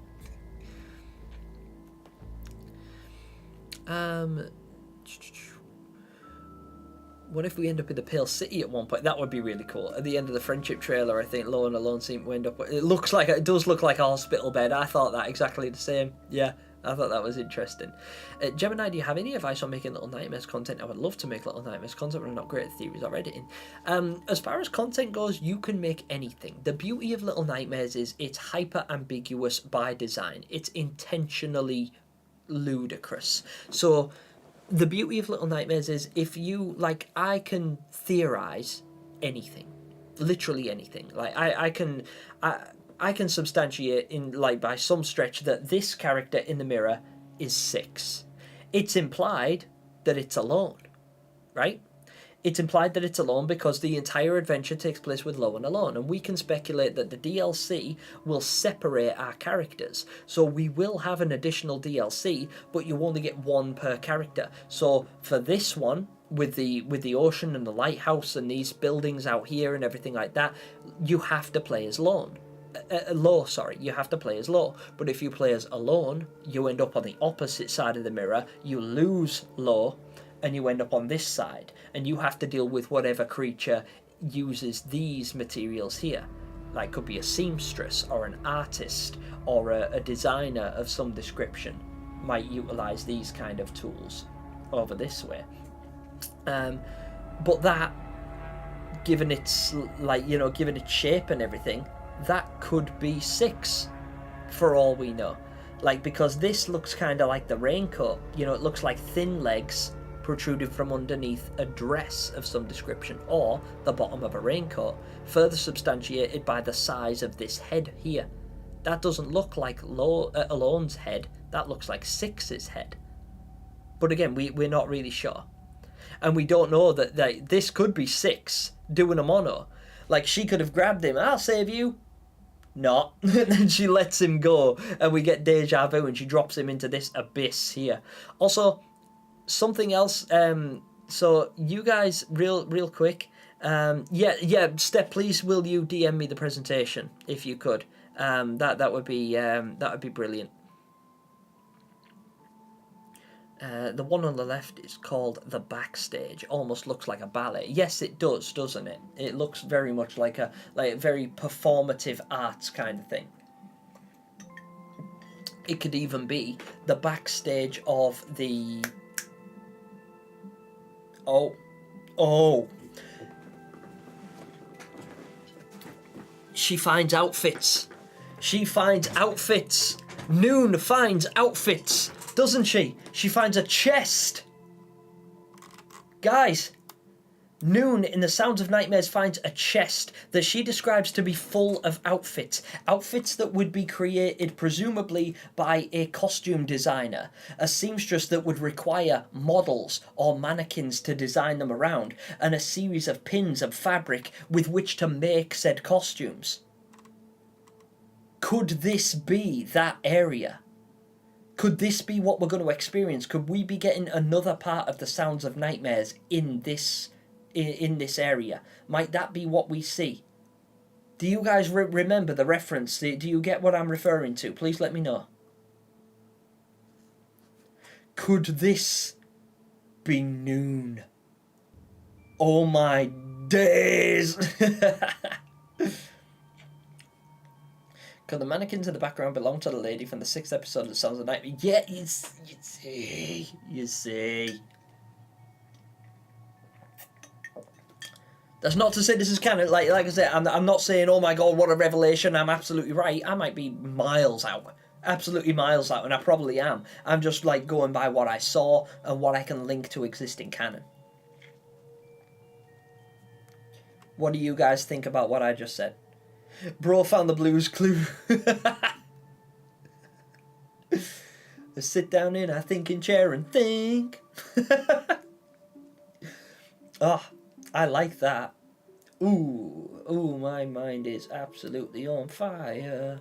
Just watch the episode and I think I know what you're on about. Yeah. So yeah, I definitely think that they are going to separate our characters. Also, something else, you guys that have seen my theory on Law's amulet. So you guys, you can't see it in this image obviously, but Law wears an anklet, a red and blue anklet like this. Okay, you guys will recognise this piece. He wears an anklet like that. Wrapped around his ankle, around his foot, and it's like a very prominent part of the character, and nobody really knew where it came from. And I made a theory video speculating that I thought that trinket was an amulet. I think it was a magically imbued amulet that allows him to travel through the mirrors, and I believe it was a gift from the ferryman. Much like because in the old comics, the surviving children are said to be given amulets from the ferryman that protect them, at least from the North Wind, or from other entities in the nowhere. And I think that what it could be is the ferryman gave Law this amulet, and it allows him to travel through the mirrors. And I think it's kind of strange that Law is traveling through the mirror here, and he's going to be alone and won't be able to make his way back. But have you noticed you can't see his feet or this amulet in this image? So, his feet are through there, and that whoever this person is, their hand is reaching through. It's presumably alone. But is that an indicator of the fact that I was right? Could I have been right? Might I have called it? Is the amulet something special?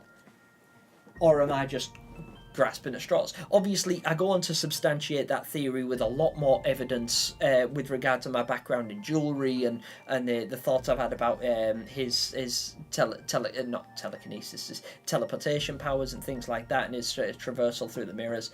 But could I be onto something with that, do we think? And does this image help to substantiate that in any way?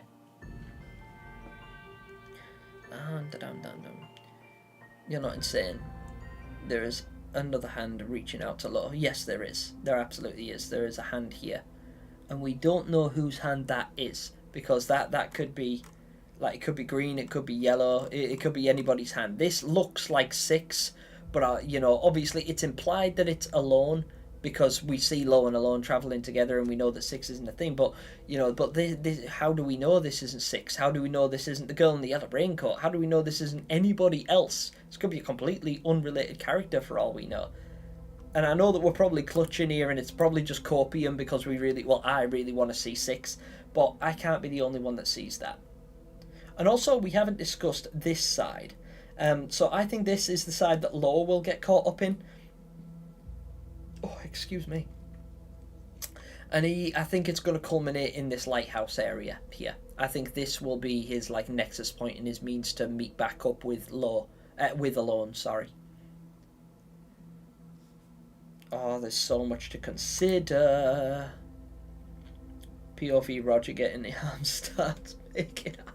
Giga Roger. I thought it was the grannies at first, but this makes more sense. Ooh, yeah, the granny. Yeah, I didn't think of reintroducing the granny. The granny seemed kind of like a throwaway enemy in the DLC.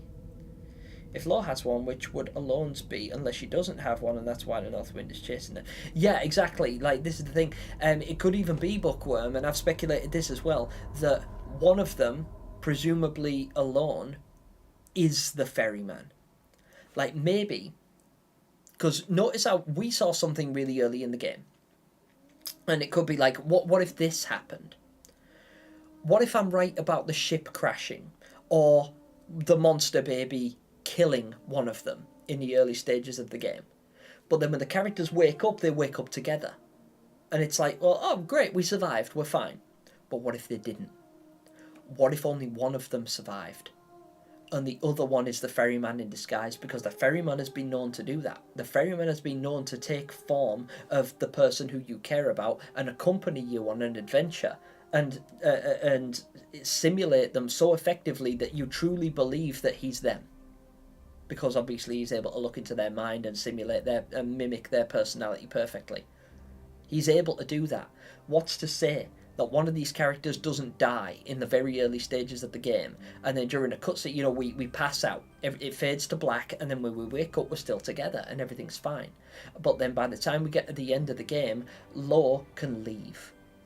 What if he can leave the nowhere but Alone can't? Because she died already. And she's just a ferryman in disguise. Like, that would be heartbreaking. The what if Alone was always alone theory. Hi, Chris. That's the shores, the left is the backstage. Interesting. Are they the official names, Step? Do you know? But I don't have the same shorts. They look like they have a dress or a skirt on. Yeah, exactly. That's what I thought. Now, I know Alone's outfit is kind of like, it's puffy, isn't it? It's got like puffy legs, like puffy arms and legs. It's like a puffy jumpsuit. It makes it look a little bit like a little marshmallow person. So it could well just be, distortion in the mirror that's giving off that image that's causing pareidolia for us. And we're just seeing six where it's actually Alone. But it definitely gives off that like bottom of a raincoat, kind of like, thin legs protruding out of a thicker article of clothing. But it could very well just be Alone, and we're overthinking it, because that's what we do, right? Looks like a lighthouse to me. The one I see from the picture. Yeah, absolutely. Lemuel is absolutely right. That definitely looks like a lighthouse of some description. And it begs the question, what are we going to encounter? What kind of monster could we possibly encounter in there? Because we could very well encounter the lighthouse keeper, because presumably there's somebody who controls this, who will be responsible for the function of this. It might even be that this particular item, this particular structure is used to guide the carnival ship, or the Maw ships, the ships that go to the Maw and then brings them back. Like, this might be on the outskirts of the Pale City or something like that. We don't know. What if SpongeBob shows up? What if he does?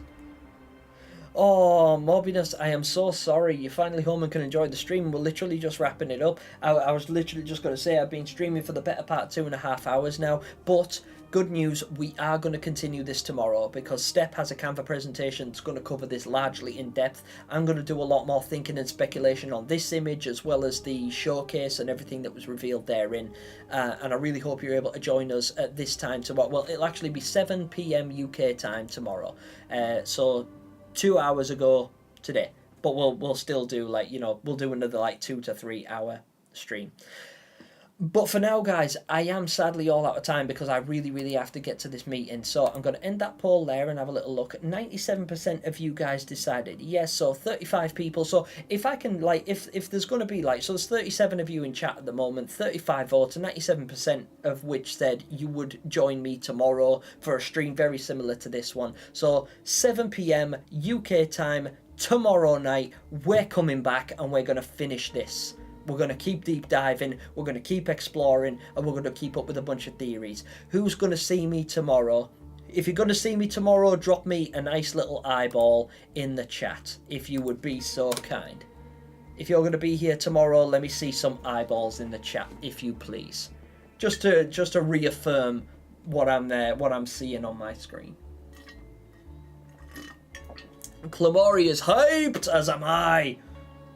Can't wait, Bookworm. Me neither. I'm super excited. And there's the eyeballs. Thank you for... Ah, God, I like seeing eyeballs in the chat. Let's make eyeballs a thing. Let's make the all-seeing eye a thing. I may be present. I really hope you are, Plasmatic, because it would be an absolute pleasure to see you, as it always is. You always contribute so much value to these streams, and it's really, really great to have you. Low and Alone giving us... Ooh, that's an interesting one. I like that, Low and Alone. Really cool. Oh, yes. Let me get some eyeballs. Let me get some all-seeing eyes. We love it. All right then, guys. I'm going to call it a night there. Thank you so much. Hello, Silverstorm. I'm really sorry I didn't get to say hi and bye and everything to you, but thank you so much for being here and tuning in. Not sure how long you've been. Yeah, what if there is a lie in the lighthouse, and there could very well be, Countercurse? Let's explore that a little bit further in tomorrow's stream. So thank you all so much for being here. I massively appreciate each and every one of you. Don't forget to smash like if you've enjoyed this stream, and if you haven't already got your notifications turned on, please make sure they are. Ring that little notification bell next to the subscribe button, just to make sure that you get notified when I go live. It is going to be around 7 o'clock. I may be a couple of minutes late, forgive me, I got stuff to do, but I am actually going to specifically take a night off to spend it with you guys and continue this, because this is fantastic. Hello, Bob from the gym. Hi there, mate. I'm really glad you could stop in and say hello. I'm sorry that you weren't able to stay, but to be fair, you likely wouldn't have a clue what I was talking about, and it definitely wouldn't appeal to you. But Bob, you and I have got a lot more to discuss at the gym, because you're an intelligent man and you're able to hold a conversation, and I value that. So I'll probably see you at the gym tomorrow for a workout. But as far as everyone else goes, thank you all so much for being here, but that's going to do it for this time. But until tomorrow, that's game over.